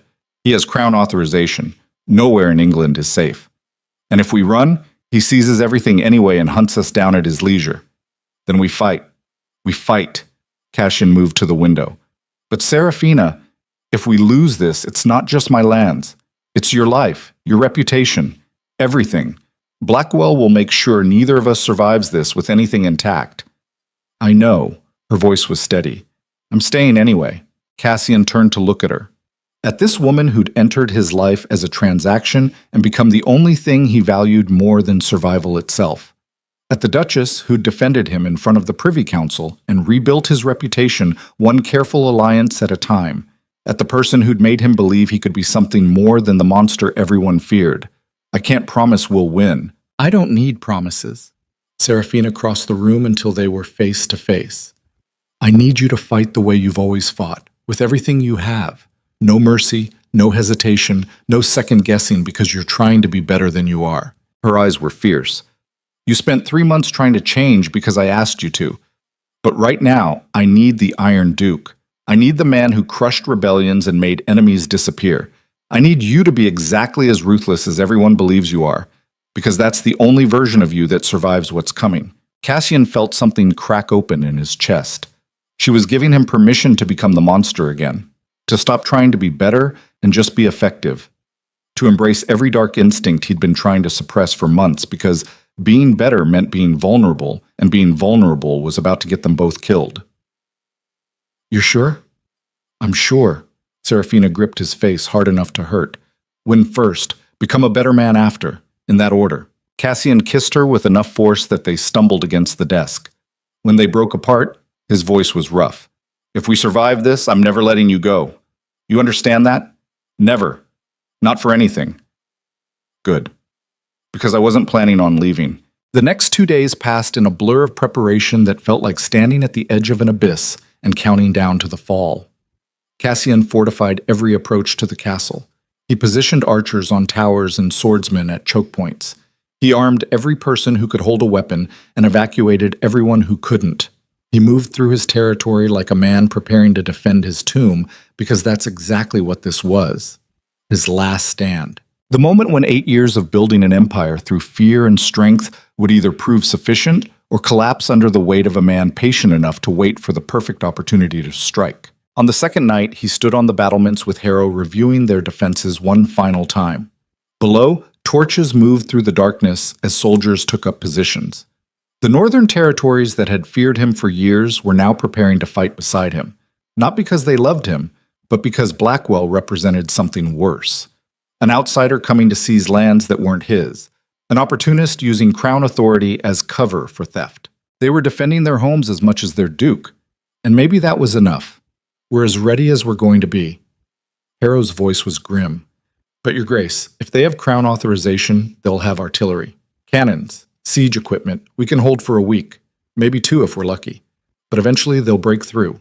Cassian stared out at the darkness where somewhere beyond the horizon, Blackwell's army was approaching. I know, so we make every day cost him. We make him pay in blood for every wall he takes. We make this so expensive that even if he wins, the crown questions whether it was worth the price. And if that's not enough, then we die here. Cassian's voice was flat. But at least we die on our feet. Harrow was quiet for a long moment. It's been an honor serving you, Your Grace. Whatever happens tomorrow. Cassian glanced at his steward. This man had stood beside him through rebellions and conspiracies and 8 years of barely controlled chaos, had executed orders without question even when those orders were brutal, had never once suggested that maybe the Iron Duke was wrong about how to rule. The honor was mine, Harrow. You deserved a better lord than what I was. Maybe in the next life you'll get one. Before Harrow could respond, a horn sounded from the eastern watchtower. 3 long blasts that meant only one thing. The enemy was here. Cassian's hand went to his sword. Apparently we don't get 2 days. They pushed hard. He turned toward the stairs. Get everyone to positions. No one fires until I give the order. And Harrow, make sure Lady Seraphina is in the inner keep. If they break through, she needs to be as far from the fighting as possible. Your Grace, she's not going to agree to that. I don't care if she agrees. Keep her safe. That's an order. Cassian descended the stairs 3 at a time and emerged into a courtyard transformed into a war zone. Soldiers everywhere, weapons gleaming in torchlight. The air thick with tension and the kind of fear that came from knowing you were about to face something larger and better equipped than anything you'd trained for. These were farmers and craftsmen who'd learned to fight because the Northern Territories required it. They weren't professional soldiers. They were people defending their homes against an army that represented everything they'd spent years resisting. But they were here, and that had to count for something. Cassian mounted the wall and looked out at the darkness beyond. For a long moment there was nothing, just wind and smoke and the distant sound of something massive moving through the night. Then torches appeared on the horizon, hundreds of them, thousands. A river of fire advancing toward Thornfield like a judgment that could not be appealed or delayed. At the center of that river, Cassian could make out banners bearing the crown's colors, and below them, Blackwell's personal standard. The man himself rode at the front of his army wearing armor that probably cost more than most of these soldiers would earn in a lifetime. He looked confident, comfortable, like he'd already won, and this was just the formality of collecting what he was owed. Cassian felt rage settle into his bones like ice. He'd spent 3 months paying this man, 3 months trying to build something different than fear. 3 months believing that maybe there was a way forward that didn't require becoming a monster. And Blackwell had used every second of that time to build the case that would justify destroying everything Cassian cared about. There was a lesson in that. About trust. About trying to be better in a world designed to punish anything that looked like weakness. About how men who wore morality like armor were often more dangerous than the ones who admitted they were monsters. The lesson was simple. Being good got you killed. Being strong kept you alive. And Cassian had forgotten that for just long enough to give Blackwell the opening he needed. He wouldn't make that mistake again. Blackwell's army stopped just outside arrow range. A rider approached carrying a white flag and a scroll. Cassian watched him come and felt the bitter satisfaction of knowing exactly what that scroll would say. An offer of terms. A chance to surrender. Proof that Blackwell was being reasonable, and Cassian was the unreasonable one for refusing. The rider stopped at the base of the wall and called up in a voice trained to carry. Duke Thornfield, Lord Justice Blackwell offers you one final opportunity to surrender peacefully. Yield your title and estates to Crown authority. Submit to arrest and trial for crimes against the realm. Do this, and your people will be spared. Your wife will be granted safe passage to her family. Refuse, and everything you've built will be reduced to ash. Cassian leaned over the wall. His voice, when he spoke, was cold enough to freeze blood. Tell Blackwell I have a counteroffer. Turn his army around and leave my lands. Do this before sunrise, and I'll let him keep his head. Refuse, and I'll mount it on a spike as a reminder to every ambitious bastard in England what happens when you come for Thornfield. The rider's face went pale. Your Grace, these are crown soldiers. Attacking them is treason. I know exactly what it is. Cassian's smile was the kind that made smart men run. Now deliver my message before I decide you're wasting my time. The rider fled back toward Blackwell's lines. Cassian watched him go and felt the last piece of the man he'd been trying to become crumble away. He'd tried. For 3 months, he'd genuinely tried to be something more than the Iron Duke, to rule through respect instead of fear, to build alliances instead of crushing enemies, to believe that maybe England could accept a version of him that wasn't defined entirely by violence. But England wasn't interested. Blackwell wasn't interested. The world Cassian lived in rewarded strength and punished anything that looked like mercy. So he was done trying to be what they wanted, done pretending that being better would save him, done believing that there was any path forward except the one he'd always known. He was going to fight. And he was going to make Blackwell regret every second of the patience that had brought him to this moment. Beside him, Serafina appeared despite Harrow's orders to keep her in the inner keep. She wore riding clothes and had a knife strapped to her hip. When Cassian turned to confront her, she held up a hand. "Don't. I'm not going to the inner keep. I'm not hiding while you fight for our lives. So save your breath and tell me what you need me to do." Cassian stared at her. At this woman who'd somehow become more important than survival itself. At the Duchess, who should have been safe in London instead of standing on a wall waiting for an army to tear her world apart. At the only person in 8 years who'd looked at him and seen something worth saving. "You're insane." "I know." Serafina's smile was sharp. "I married you, didn't I?" Despite everything, Cassian almost laughed. "Stay behind the front line. If they break through, you run. You don't fight. You don't try to be heroic. You run, and you don't look back. Promise me." Serafina's expression was unreadable. "I promise I'll do what needs to be done. That's the only promise I can make." It wasn't what Cassian wanted to hear, but it was the truth, and truth was all they had left. He pulled her close and kissed her hard enough to bruise. When they broke apart, his voice was rough. "If we survive this, I'm taking you somewhere far away from England and its politics and men like Blackwell. Somewhere no one knows my name or cares about Northern Territories. And we're going to figure out who we actually are when we're not fighting for our lives. I'd like that." Serafina touched his face. "But first we have to survive. First we have to survive." The attack came at dawn when the sky was gray and the light was weak and visibility was bad enough that Blackwell's soldiers could advance under cover of morning fog. Cassian heard them before he saw them, the sound of boots on frozen ground, the creak of siege ladders being carried forward, the shouted orders of officers positioning their forces for the assault. Then the arrows started falling, hundreds of them, thousands, a black rain that hammered against shields and walls and found gaps in armor with devastating efficiency. Cassian's archers returned fire, but they were outnumbered 5-1, and their arrows disappeared into Blackwell's formations like drops in an ocean. This wasn't a battle. It was an execution.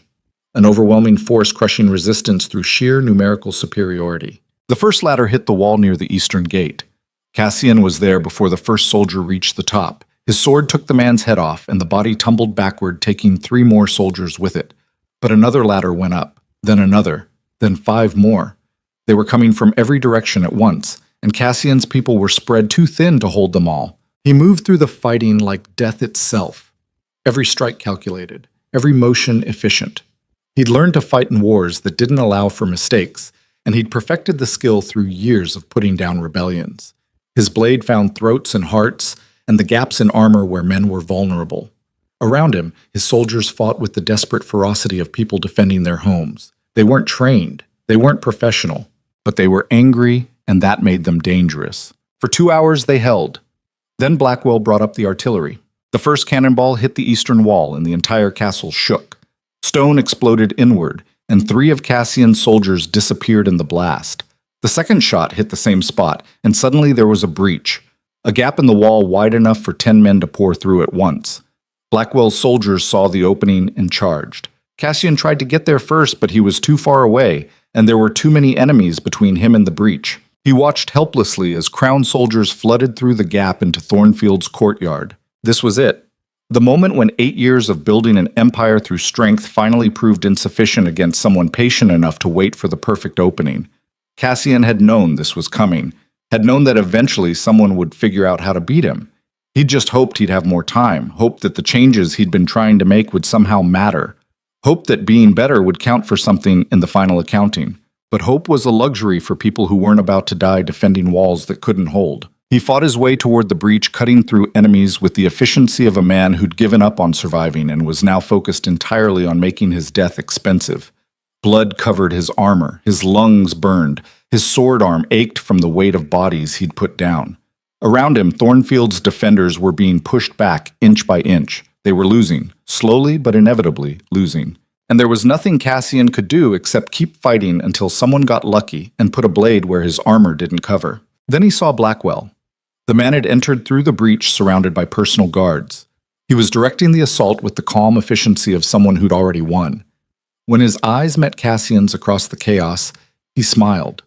Not with triumph, with satisfaction, like he was watching a problem solve itself, and all he had to do was wait for the conclusion. Cassian felt something primal surge through him, something that lived deeper than strategy or calculation. This man had orchestrated everything, had saved him just to control him, had fabricated crimes to justify invasion, had brought an army to destroy everyone and everything Cassian cared about, all because Cassian had dared to try being something other than a monster. He started moving toward Blackwell with single-minded focus. Enemies got in his way, and he cut them down without slowing. Arrows whistled past his head, and he didn't flinch. A sword opened a gash across his ribs, and he barely felt it. His entire world had narrowed to one objective: get to Blackwell. End this. Make the man who'd orchestrated his destruction understand exactly what it cost to back the Iron Duke into a corner with nothing left to lose. Blackwell saw him coming, and his smile widened. He said something to his guards, and they moved to intercept.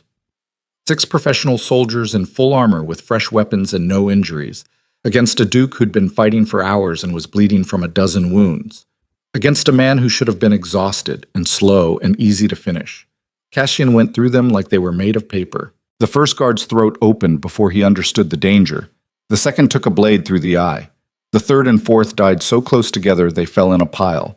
The fifth hesitated, and that hesitation cost him his life. The sixth actually got his sword up to block, but Cassian's counterstrike shattered the man's wrist, and his follow-through opened the guard from shoulder to hip. Then it was just Cassian and Blackwell with 6 bodies between them, and the sounds of battle raging in every direction. Blackwell's smile had finally disappeared. "You're insane, Thornfield. You can't win this. Even if you kill me, my army will tear you apart." Cassian's voice was dead calm. "I know, but you'll be gone, and that's all that matters." He attacked. Blackwell was better than Cassian expected. The man had clearly trained with real weapons masters, instead of just buying his way into authority. His blade moved with precision, and his footwork was solid. For 30 seconds they fought while the battle raged around them, and neither could gain advantage. Then Cassian saw the opening, a fraction of a second where Blackwell's guard dropped half an inch. He drove his blade forward and felt it sink into flesh. Blackwell gasped and stumbled backward. Blood poured from the wound in his side. Not immediately fatal, but bad enough. He looked down at the injury with something like disbelief. Then his eyes found Cassian's. "This changes nothing. You're still finished. The crown will hunt you to the ends of the earth for killing one of their justices." Cassian stepped closer. His sword was still dripping with Blackwell's blood. "I know, but I'll die knowing I took you with me. And that's worth more than survival ever was." He raised his blade for the killing strike. A scream cut through the courtyard. A woman's scream. Cassian's head snapped around and his heart stopped. Serafina was being dragged toward the breach by 3 of Blackwell's soldiers. She was fighting like a wild thing, kicking, biting, refusing to go quietly.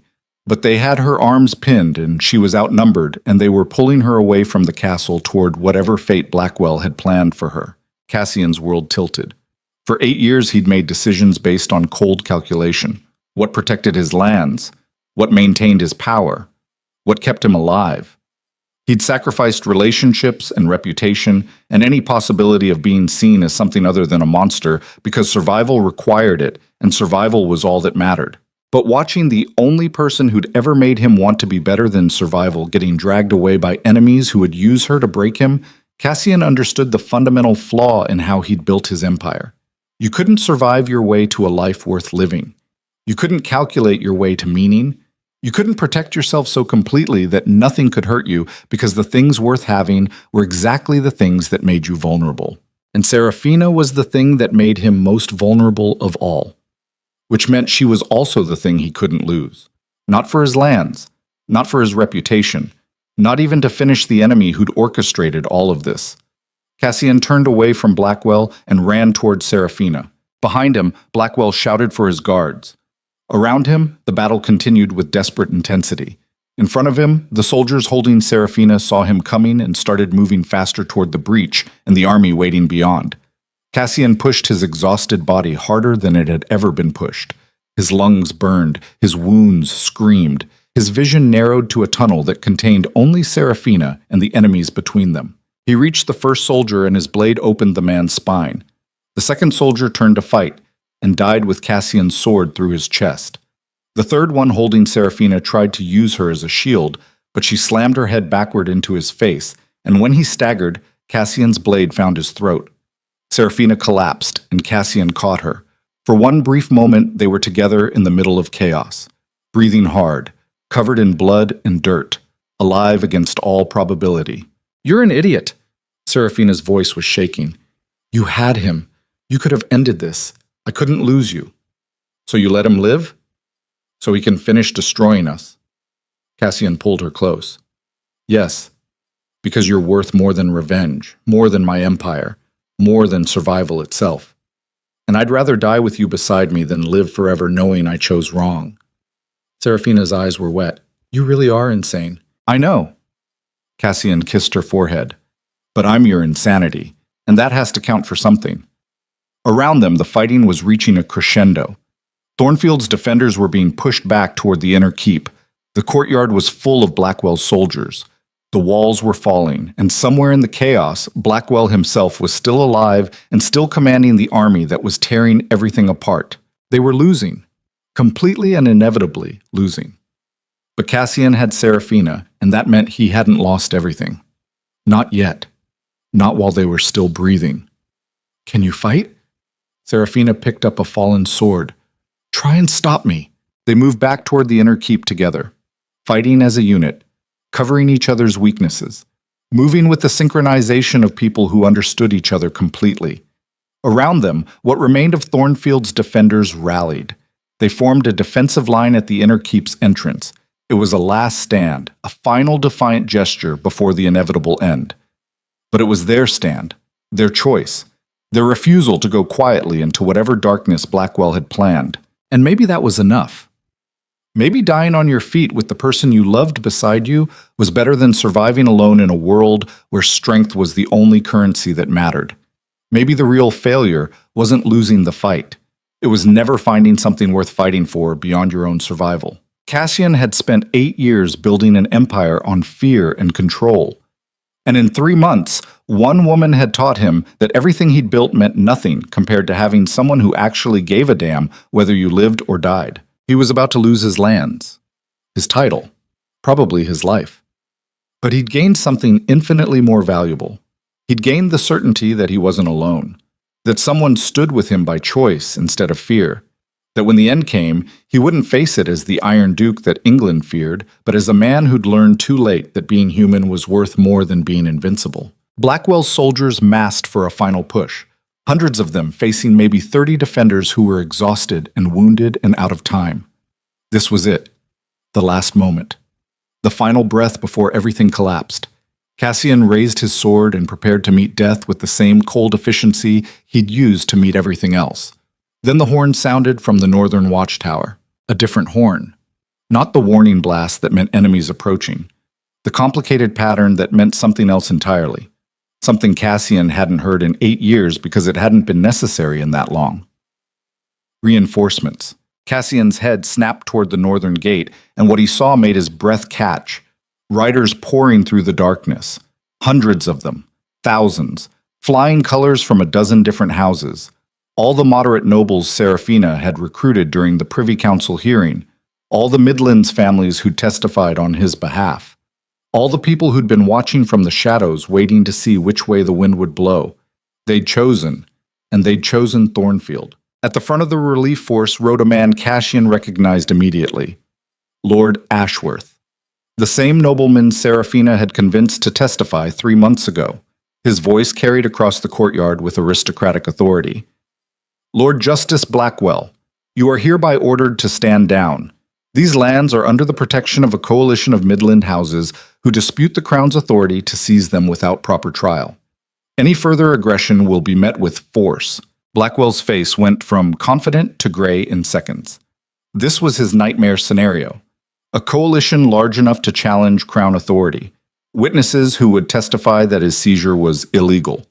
Political pressure that would force Parliament to investigate instead of simply accepting his version of events. He'd gambled that Thornfield would stand alone, that no one would risk defending the Iron Duke, and Serafina had just proved him catastrophically wrong. The battle stopped. Not all at once, but gradually as soldiers on both sides realized the situation had fundamentally changed. Blackwell's army was still larger, but they were exhausted from fighting and now facing fresh forces who had every legal justification to attack. If they continued, it wouldn't be a simple suppression of a rebellious duke. It would be a civil war between noble coalitions. And civil wars had a way of destroying everyone involved regardless of who technically won. Blackwell stared across the courtyard at Cassian with pure hatred. This isn't over, Thornfield. I'll find another way. Another angle. You can't hide behind coalitions forever.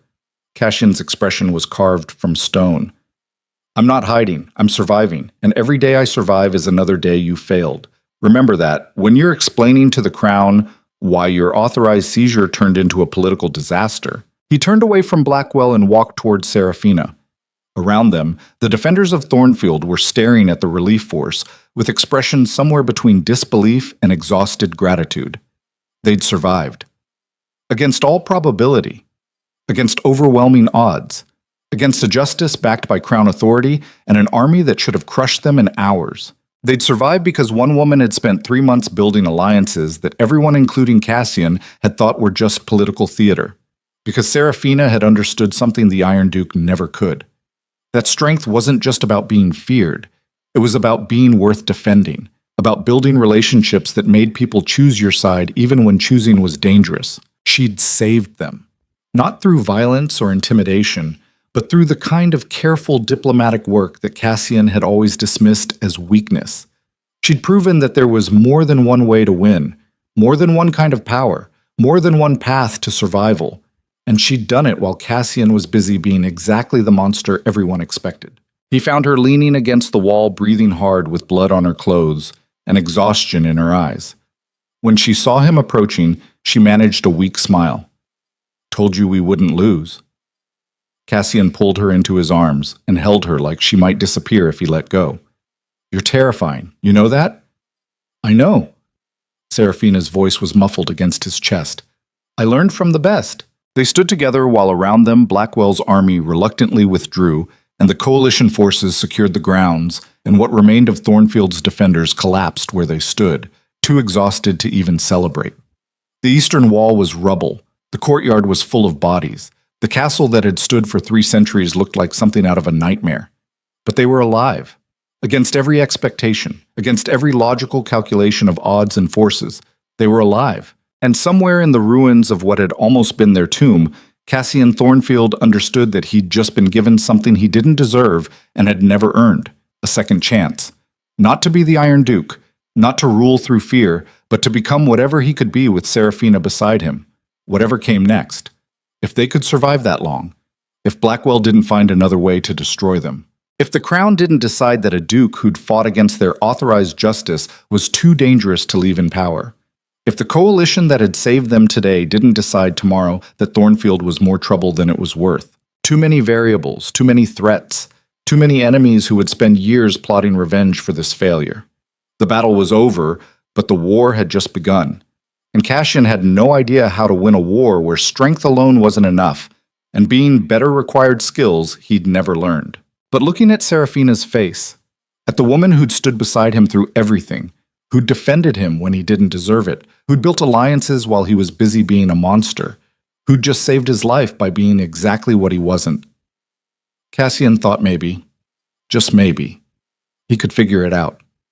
If she gave him enough time, if the world gave them both enough time, if whatever came next didn't kill them before they had a chance to become whoever they were supposed to be. The silence after battle was always worse than the battle itself. Cassian stood in what remained of Thornfield's courtyard, while dawn broke over ruins that 3 days ago had been impregnable walls and now looked like the kind of devastation that took generations to rebuild. Bodies everywhere. His people and Blackwell's soldiers tangled together in death with no meaningful distinction between them anymore. Blood soaked into frozen ground, smoke still rising from buildings that had burned during the fighting. And everywhere, the survivors moving through the wreckage with the hollow-eyed exhaustion of people who'd looked at death for hours and somehow were still breathing. This was victory. This was what winning looked like when you fought with everything you had and barely survived. And standing in the middle of it, Cassian felt something fundamental shift inside him. Some piece of certainty that had held him together for 8 years finally cracking under the weight of what it had cost to defend the empire he'd built on fear and iron will. He'd won. Serafina's coalition had saved them. Blackwell had retreated. The northern territories were still his, but the price was written in the faces of widows searching for husbands among the dead, in children who'd lost fathers defending walls that shouldn't have needed defending, in the realization that every choice he'd made for 8 years had led inevitably to this moment, to carnage, to loss, to the understanding that being strong enough to hold power didn't mean being wise enough to wield it. Your Grace.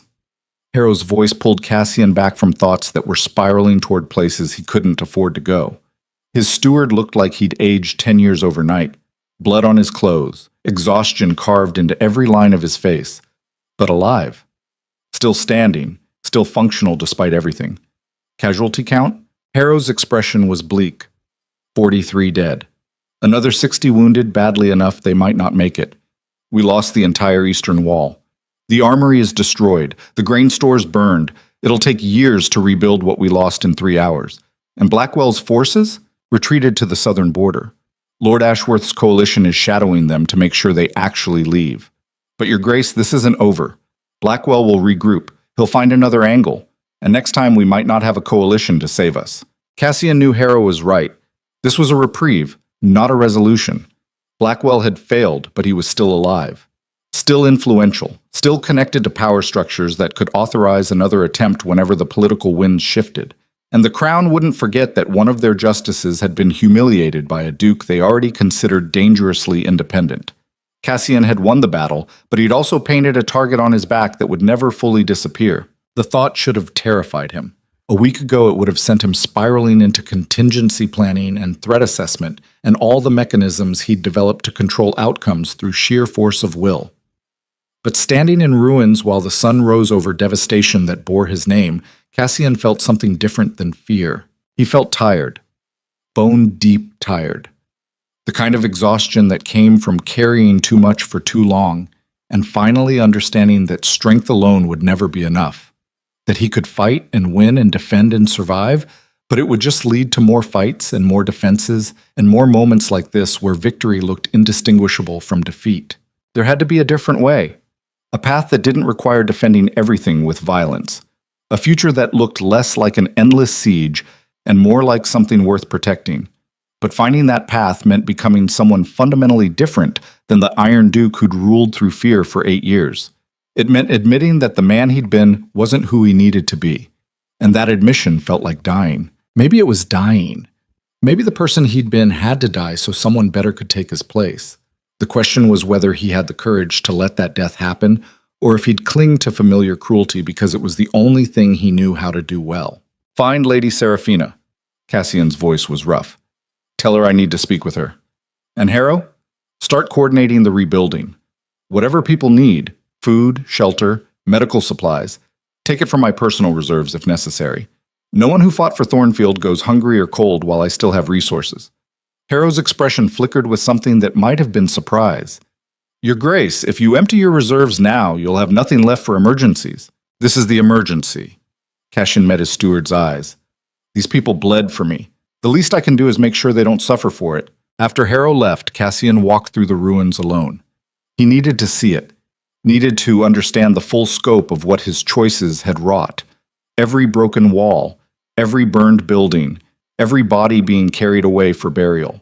This was his responsibility, his failure to find a better way, his inability to build something that didn't require constant defense against enemies he'd created through his own ruthlessness. He found Serafina in what remained of the library. She was standing amid shelves that had collapsed, books scattered like casualties across the floor, and she was crying. Not loud sobs, just tears running down her face while she held a ruined volume that had probably been in Thornfield's collection for centuries and was now destroyed because Cassian hadn't been smart enough to avoid this war. When she heard his footsteps, she turned.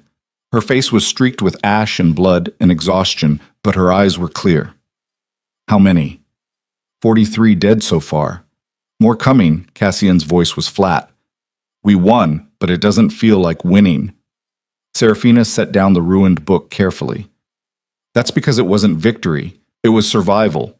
And survival is what you do when all the better options are already gone. She crossed the space between them, and Cassian saw that she was shaking.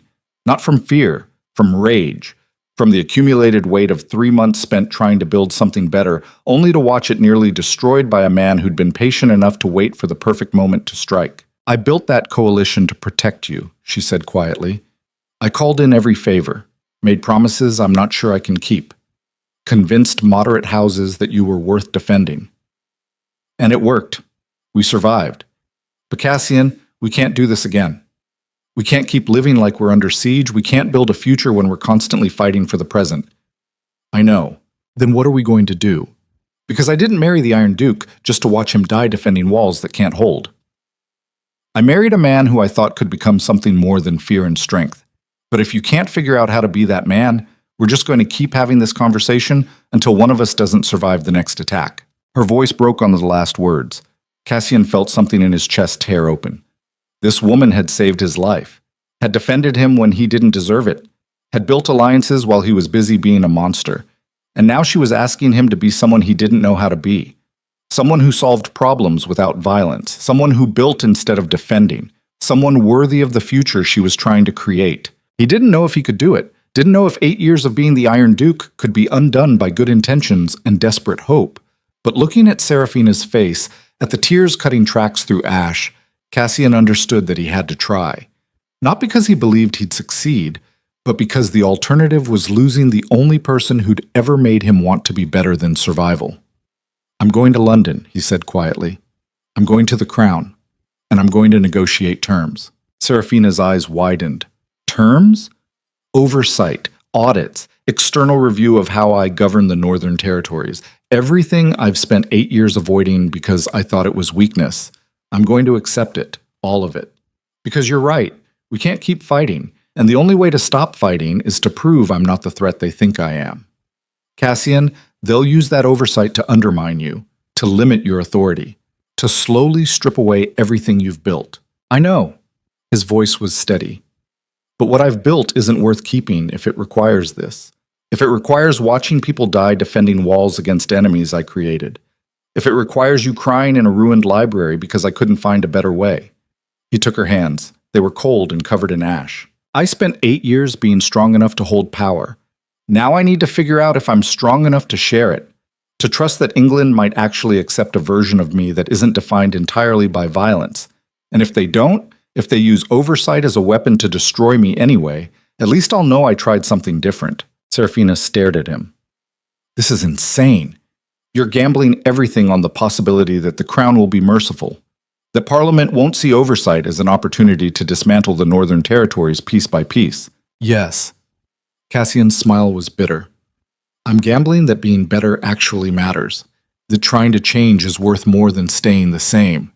And maybe I'm wrong. Maybe I'm throwing away 8 years of work on the hope that England will give me a chance to be something other than a monster. But Serafina, I'd rather fail trying to be better than succeed at being what I've always been. The silence between them was heavy with implications. They were standing at a crossroads. One path led to continuing the siege mentality, building higher walls, making more enemies, fighting until they finally lost. The other path led into unknown territory where strength wasn't enough, and being better required vulnerability that could be weaponized against them. Both paths were terrifying. But only one path led somewhere that looked like a future worth having. I'll come with you. Serafina's voice was steady. To London. To the negotiations, whatever you need. But Cassian, if we do this, we do it together. No more making decisions alone. No more carrying everything by yourself. We're partners or we're nothing. Partners. Cassian tested the word. It felt foreign in his mouth. He'd been alone for so long that partnership seemed like weakness. But maybe that was exactly why he'd ended up here. In ruins, surrounded by bodies, fighting wars that could only end badly because he'd never learned how to let anyone stand beside him as an equal. Partners, he agreed. Even when I'm terrible at it. Even when every instinct I have screams that sharing power is suicide. Even when I want to make unilateral decisions because it's faster and cleaner and I know I'm right. Especially then. Serafina's smile was small but real, because that's when you need someone to stop you from being the monster everyone thinks you are.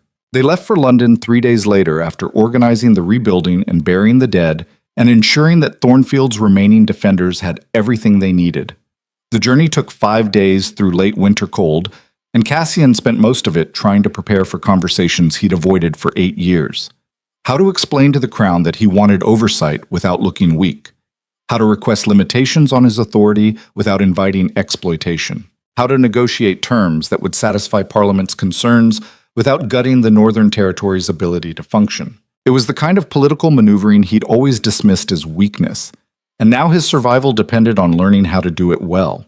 Serafina coached him during the journey, teaching him the language of diplomacy, how to frame concessions as cooperation, how to make limitations sound like improvements, how to present himself as a duke who wanted to modernize governance rather than a tyrant being forced to accept constraints.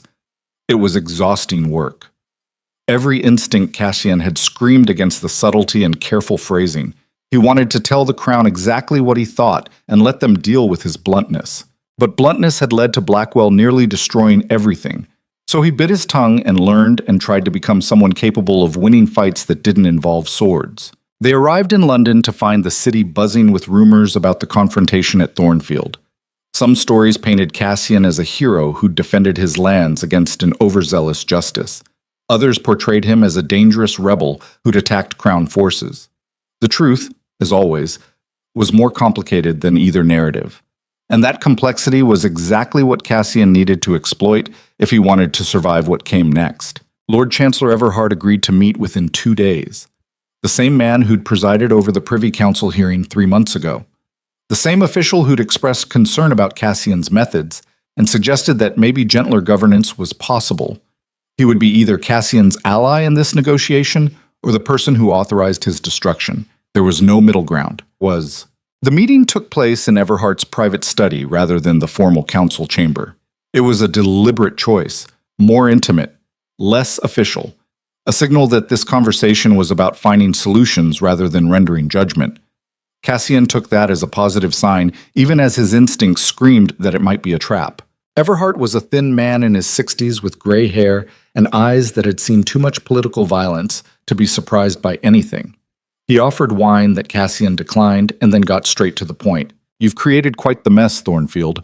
Blackwell claims you attacked Crown forces without provocation. You claim he fabricated charges to justify seizing your lands. Both stories have evidence supporting them. Both stories make England look weak and divided. So I'm going to ask you something, and I need an honest answer. What do you want?" Cassian met the Lord Chancellor's eyes. He'd prepared for this moment. Rehearsed the diplomatic language. Practiced the careful phrasing that would make his request sound reasonable instead of desperate. But sitting across from a man who held his future in tired hands, all that preparation evaporated. And what came out was truth instead of strategy. "I want to stop being the Iron Duke. I want to govern the Northern Territories in a way that doesn't require constant violence. I want oversight and accountability and all the things I've spent 8 years avoiding because I thought they were weakness. And I want the Crown to give me a chance to prove that trying to be better isn't just a ploy to avoid consequences." The silence that followed was absolute. Everhart stared at him with an expression Cassian couldn't read. Finally, the Lord Chancellor spoke. "That's either the most honest thing I've heard from a duke in 30 years or the most sophisticated manipulation attempt I've ever encountered. I'm not sure which." "It's honest." Cassian's voice was rough. "I'm tired. I'm exhausted from fighting and defending and making enemies faster than I can eliminate them. I thought strength was enough. I thought if I was ruthless enough, I could control everything. But I was wrong. And that mistake almost cost me everything I care about. So I'm here asking for a different way forward, even if that way makes me vulnerable, even if it costs me power." Everhart leaned back in his chair. His expression was thoughtful. You understand that accepting oversight means limitations. Audits of your finances, external review of major decisions, regular reports to Parliament. Your authority would be constrained in ways that might make governing difficult. I understand. And you understand that there are nobles in London who will see those constraints as weakness, who will test your boundaries, push against the limits, try to exploit any opening you give them. I understand that too. Cassian's jaw tightened. But Lord Chancellor, the alternative is continuing what I've been doing. And that path leads to more battles like the one 3 days ago.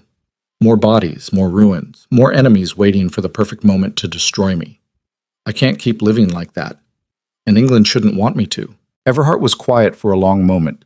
Then he stood and moved to the window overlooking London's grey streets.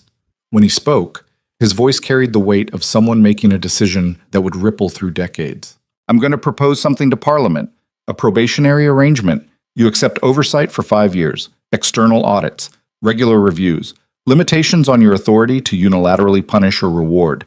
In exchange, the Crown drops any investigation into the Blackwell incident and acknowledges that both sides bear responsibility for the escalation.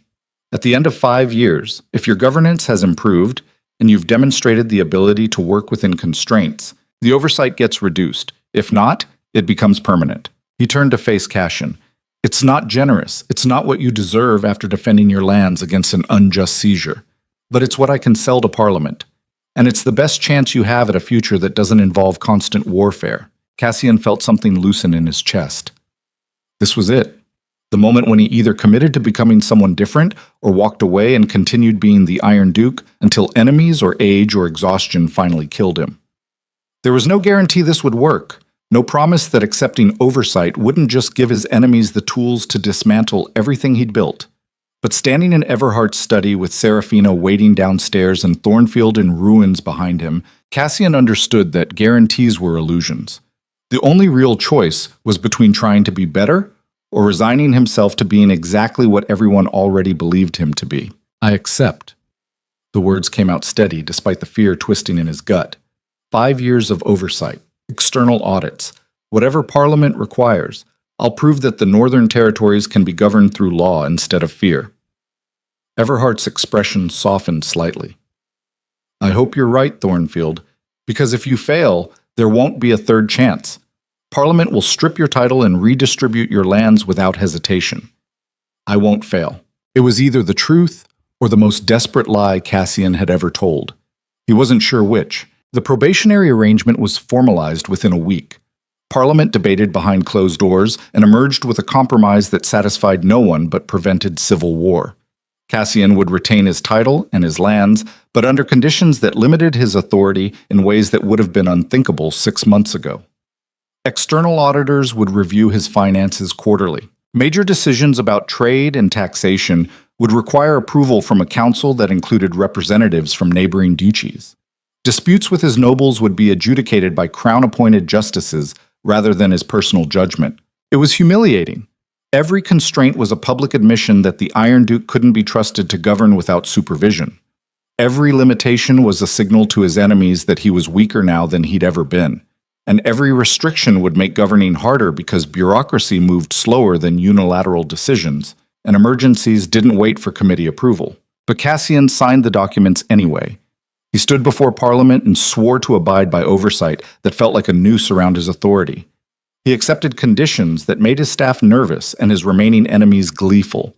And he did it knowing that this was either the beginning of something better or the slow death of everything he'd built. The only person who seemed confident it was the former was Serafina. You did the right thing, she said on the carriage ride back to their London townhouse. I know it doesn't feel like victory, but accepting oversight takes more courage than any battle you've ever fought. Cassian stared out the window at London's streets. Does it? Because it feels like surrender. That's because you've spent 8 years believing that compromise was weakness, but what you did in that chamber was the opposite of weak. You chose vulnerability over control. You bet everything that being better matters more than being feared. And that's the bravest thing I've ever seen you do. Cassian turned to look at her. And if I'm wrong, if they use oversight to destroy me piece by piece, then we'll deal with it together. Serafina took his hand. But I don't think you're wrong. I think people are tired of tyrants. I think England wants to believe that nobles can govern through law instead of fear, and I think you just gave them a reason to believe it." He wanted to share her optimism, wanted to trust that accepting vulnerability wouldn't just give his enemies the weapons they needed to finish what Blackwell started. But 8 years of survival through strength had taught him that trust was dangerous and hope got you killed. Unlearning those lessons felt impossible, still. Looking at Serafina's face, at the woman who'd defended him and saved him, and was now asking him to believe that being better was worth the risk. Cassian thought maybe impossible was just another word for hard, and he'd built an empire on doing hard things that no one else could. Maybe he could do this too. They returned to Thornfield 6 weeks after the battle to find reconstruction well underway. The eastern wall was being rebuilt with stone from local quarries. The burned buildings were slowly rising from ash. The courtyard where 43 people had died defending their duke was being transformed back into a place where children could play and merchants could trade, and life could continue despite everything. It was slower than Cassian would have done it, more expensive, more complicated because now decisions required committee approval and external audits meant justifying every expenditure. But it was also more sustainable. The nobles who'd resented his unilateral authority were now part of the rebuilding process. The merchants who'd feared his trade policies were helping design systems that worked for everyone.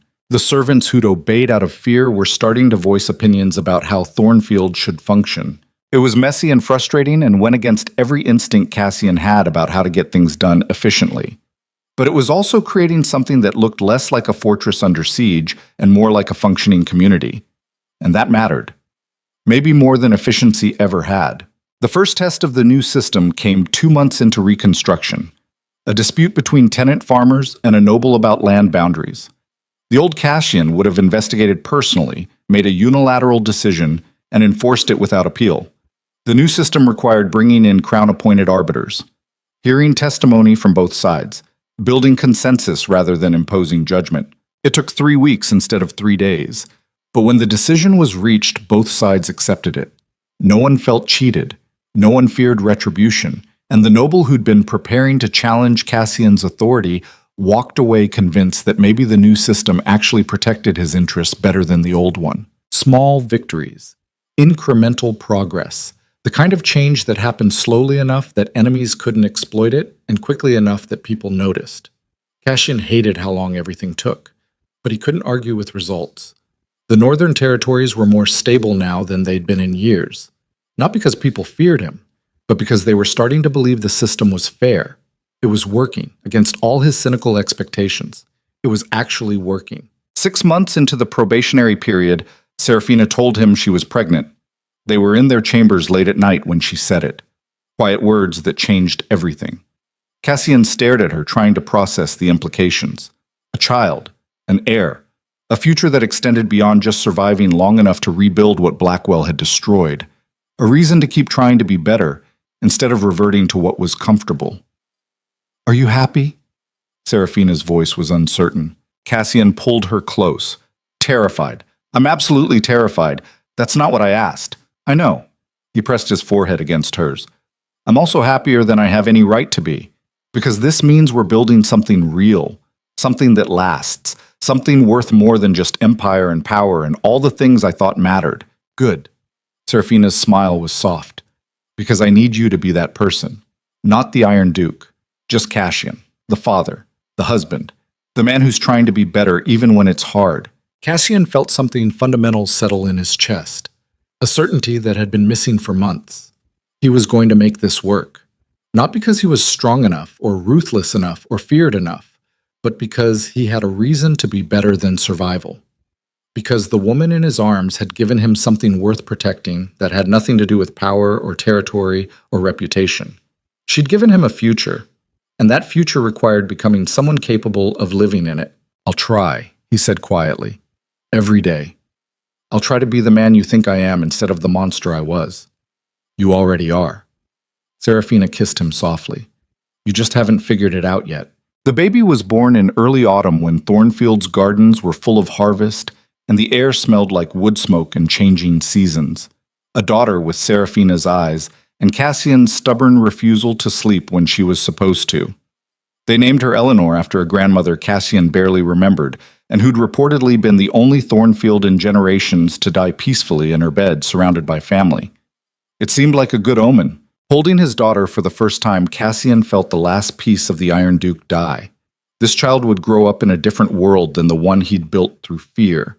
She would inherit systems instead of sieges, laws instead of unilateral judgment, a duchy governed through consensus rather than intimidation. And she would never have to understand what it felt like to carry everything alone, because survival was the only thing that mattered and trust got you killed. She would have better, because he was going to build it. One slow, frustrating compromise at a time. 2 years into the probationary period, Parliament conducted a formal review of Thornfield's governance. External auditors examined finances and found them transparent. Neighboring duchies testified that disputes were being handled fairly. Merchants reported that trade policies were consistent and predictable. Tenant farmers said they had legal recourse when nobles overstepped. Servants spoke about working conditions that respected their dignity. It was everything Cassian had never bothered to build when he was busy being strong enough to control outcomes through force. And now that it existed, the difference was undeniable. The northern territories weren't just stable, they were thriving. Not because people feared the Duke of Thornfield, but because they believed the system would protect them. The review concluded with a recommendation that oversight be reduced earlier than the original 5-year timeline.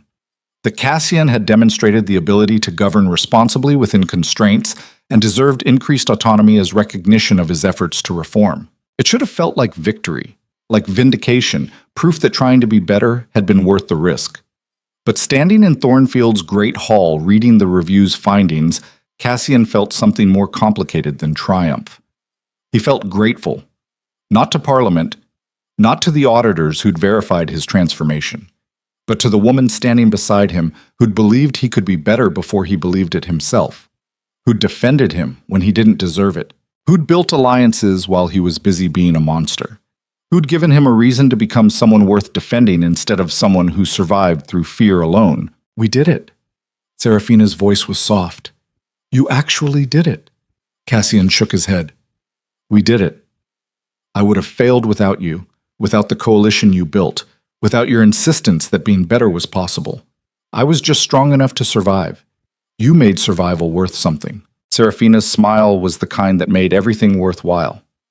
"Then I guess we're even. Because you taught me that strength isn't the enemy of kindness, that sometimes you need to be ruthless to protect what matters, that the world doesn't always reward being better, but that's not a reason to stop trying." Eleanor toddled into the hall at that moment with her nurse following anxiously behind. The child made straight for Cassian with the confidence of someone who'd never known a world where her father was feared rather than loved. He picked her up and she immediately grabbed his hair and yanked with the casual cruelty of 2-year-olds everywhere. Serafina laughed. "She definitely inherited your stubbornness." "God help us all." But Cassian was smiling. A real smile. The kind he couldn't remember making in the years before Serafina entered his life. The kind that felt like maybe this was what happiness looked like when you stopped fighting long enough to notice it. They stood together in the Great Hall, where 3 years ago Cassian had married a woman he barely knew for purely strategic reasons. Where he'd built an empire on fear and defended it through strength and nearly lost everything because he didn't understand that power without purpose was just violence waiting to consume itself. Where he'd finally learned that being the Iron Duke meant being alone. And being alone meant surviving, but never actually living. The hall looked different now. Less like a fortress. More like a home. There were tapestries Serafina had commissioned showing Thornfield's history without glorifying its violence. Portraits of Eleanor that would remind future dukes that family mattered more than empire. Windows that let in light instead of being optimized for defense. Small changes that added up to a fundamental transformation in how this place felt. It felt like somewhere worth coming home to instead of somewhere you defended because the alternative was death. That night, after Eleanor was asleep and the castle was quiet, Cassian found himself on the battlements where he'd stood 3 years ago, watching storm clouds gather before his wedding. The same view, the same northern territories stretching toward darkness. But everything was different. The lands below weren't held through fear anymore. They were governed through systems that worked even when he wasn't personally enforcing them. The nobles weren't afraid of him. They were cooperating because the new arrangement protected their interests. The people weren't loyal out of terror. They were loyal because they believed the duchy was worth defending. And Cassian wasn't the Iron Duke anymore. He was just a man trying to be better than he'd been, trying to build something for his daughter that looked like a future instead of an endless siege, trying to prove every day that accepting vulnerability had been courage instead of weakness. Serafina joined him in the darkness. She moved beside him at the wall, and they stood together looking out at everything they'd fought to protect. "Do you regret it?" Cassian asked quietly. "Marrying me? Getting dragged into this life?" Serafina was quiet for a moment. Then she spoke with the honesty that had defined their relationship from the beginning. "Sometimes, when things were darkest, when I thought we might lose everything, I regretted not having a simpler life." She turned to face him. "But I never regretted you. Not once. Because you're the most complicated, frustrating, impossible man I've ever met. And you're also the only person who's ever made me feel like I could be more than what my father tried to sell me as. You gave me purpose, partnership, a reason to fight for something beyond just survival." Her smile was soft in the darkness. "So no, I don't regret marrying you. I regret that it took a war to make you realize being strong and being good aren't mutually exclusive." Cassian pulled her close. "I spent 8 years being strong, and it took you exactly 3 months to prove I'd been doing it wrong the entire time." "Not wrong," Serafina corrected. "Incomplete. You knew how to survive. I taught you how to live. That's not the same thing." She was right. Survival was what you did when you had no other choice. Living was what happened when you stopped fighting long enough to notice that existence could be more than just defense and deterrence. That meaning came from connection rather than control. That legacy was measured in children who never learned to fear their father, rather than territories that trembled at his name. Cassian had spent 30 years learning how to survive. And in 3 years, Serafina had taught him that survival alone was just slow death, that the point wasn't to endure until you couldn't anymore. The point was to build something worth enduring for. Below them, Thornfield Castle stood against the northern darkness. Rebuilt. Reformed. Transformed from a fortress under constant siege into something that looked almost like a home. There would be more challenges, more enemies who saw the reformed Duke of Thornfield as weak and tested his boundaries. More moments when every instinct screamed to revert to what was comfortable and familiar and brutal. But Cassian had something now he'd never had before. A reason to keep trying even when trying was harder than surrendering to old instincts. He had Serafina. He had Eleanor. He had a future that extended beyond his own lifespan. He had proof that being better was possible even when it felt impossible. And maybe that was enough. Maybe the measure of a man wasn't how strong he was, or how many enemies he'd crushed, or how thoroughly he'd defended what was his. Maybe the measure was simpler than that. Maybe it was just whether, at the end of his life, he could look at what he'd built and know it was worth the cost. Know that the people he loved were safe, and the systems he created would outlast him, and the legacy he left wasn't just fear, but actual progress towards something better. The Iron Duke would have laughed at that thought, would have called it weakness and sentiment and exactly the kind of thinking that got naive men killed.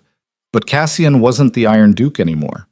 That man had died in the ruins of a battle he'd barely survived. Died slowly over 3 years of accepting oversight and learning diplomacy and discovering that vulnerability could be strength if you had the right person standing beside you. In his place was someone new, someone still figuring out who he was beyond survival and strength, someone trying to be a good father and a better husband and a duke who governed through wisdom instead of fear. Someone who failed regularly but kept trying because his daughter was watching and his wife believed in him, and the Northern Territories deserved a future that looked different than their past. Someone who'd learned that the hardest battle wasn't the one you fought with swords. It was the one you fought against your own nature, against the instinct to control instead of trust, against the certainty that strength alone was sufficient, against the fear that being better meant being weak. Cassian had fought that battle for 3 years. And he was starting to think he might actually win it, not through force or intimidation or any of the tools he'd relied on before, but through something simpler and infinitely harder, through choosing every day to be the person Serafina thought he could become instead of the monster everyone expected him to remain. Standing on the battlements with his wife beside him and his daughter sleeping safely below, and the Northern Territories stretching toward a future he'd helped build, Cassian Thornfield understood finally what strength actually meant. It wasn't the ability to crush enemies or defend walls or survive through sheer force of will. It was the courage to change when changing felt like dying, the willingness to accept that you'd been wrong, the determination to build something better even when building was harder than destroying. It was choosing to live instead of just survive, and making that choice every single day until it stopped feeling like a choice and started feeling like who you actually were. The wind picked up, cold northern wind that carried the smell of winter coming and harvest ending and the world preparing for darkness. But inside Thornfield's walls, lights burned warm and steady. Eleanor would wake soon and demand attention with the imperious certainty of toddlers everywhere. Serafina would handle the morning's correspondence while Cassian met with the oversight committee to review the quarter's finances. Life would continue with all its mundane complications and bureaucratic frustrations and moments of joy hidden between the difficult work of governing responsibly. It wasn't the empire Cassian had imagined building at 17. It wasn't the legacy the Iron Duke would have recognized. But looking at it now, he couldn't imagine wanting anything else. This was enough. This was everything. And if somewhere in the darkness, enemies were plotting and Blackwell was nursing grudges, and new challenges were gathering like storm clouds on the horizon, that was fine. Cassian would face them, but not alone. Not as a monster, and not with the belief that strength alone would save him. He'd face them as someone who'd learned that being better was worth every impossible effort it required. As a husband, a father, a duke who governed through law instead of fear, a man who'd survived the destruction of everything he thought defined him, and discovered that what remained was worth infinitely more than what he'd lost. As someone who'd finally figured out that the opposite of strength wasn't weakness, it was humanity. And humanity was what made survival worth the effort. Serafina shivered slightly in the cold. "We should go inside, in a minute." Cassian kept his eyes on the horizon. "I'm just remembering what it felt like before, when standing here meant calculating threats and planning defenses and waiting for the next enemy to appear. And now? Now it feels like home." Serafina leaned against him. "Good. Because that's what we built. Not a fortress, a home. And that's worth more than any empire ever was." She was right, as always. They turned away from the battlements together and walked back into warmth and light and the sound of their daughter waking up demanding attention and the mundane, beautiful chaos of a life built on something more solid than fear. Behind them, the northern territories spread into darkness. Governed. Protected. Evolving slowly towards something better than what they'd been. The Iron Duke was gone. In his place was just a man trying to be worthy of the people who believed in him. Trying to build a future his daughter could inherit without inheriting his mistakes. Trying to prove every day that change was possible, even for someone who'd spent years believing change was surrender. It was hard. It would always be hard. But standing in Thornfield Castle with Serafina's hand in his and Eleanor's voice calling from upstairs and the weight of 8 years of cruelty finally lifting from his shoulders, Cassian understood that hard was worth it. That the most important battles were the ones you fought against yourself. That strength without wisdom was just violence waiting to destroy you. And that the greatest legacy wasn't empire or fear or even survival. It was becoming someone your family could love without flinching. He'd spent 30 years learning how to fight, and 3 years learning that the real courage was knowing when to stop fighting and start building instead. It wasn't the story he'd expected to tell. It wasn't the legend the Iron Duke would have wanted, but it was true. And truth was the only legacy worth leaving. So Cassian climbed the stairs to his daughter's room, where Serafina was already soothing her awake. He joined them in the warm light of morning beginning, and he smiled. Because this was what winning actually looked like when you stopped measuring victory in territory held and enemies crushed. This was what happiness felt like when you finally learned that being feared meant being alone and being loved meant being vulnerable, and only one of those was worth the risk. This was life, real life. The kind that happened after the battles ended and the stories were told and the hero stopped being a hero and started being human. And it was enough. It was everything. It was worth every impossible moment that had brought him here, worth fighting for, worth changing for, worth becoming someone better for, worth everything.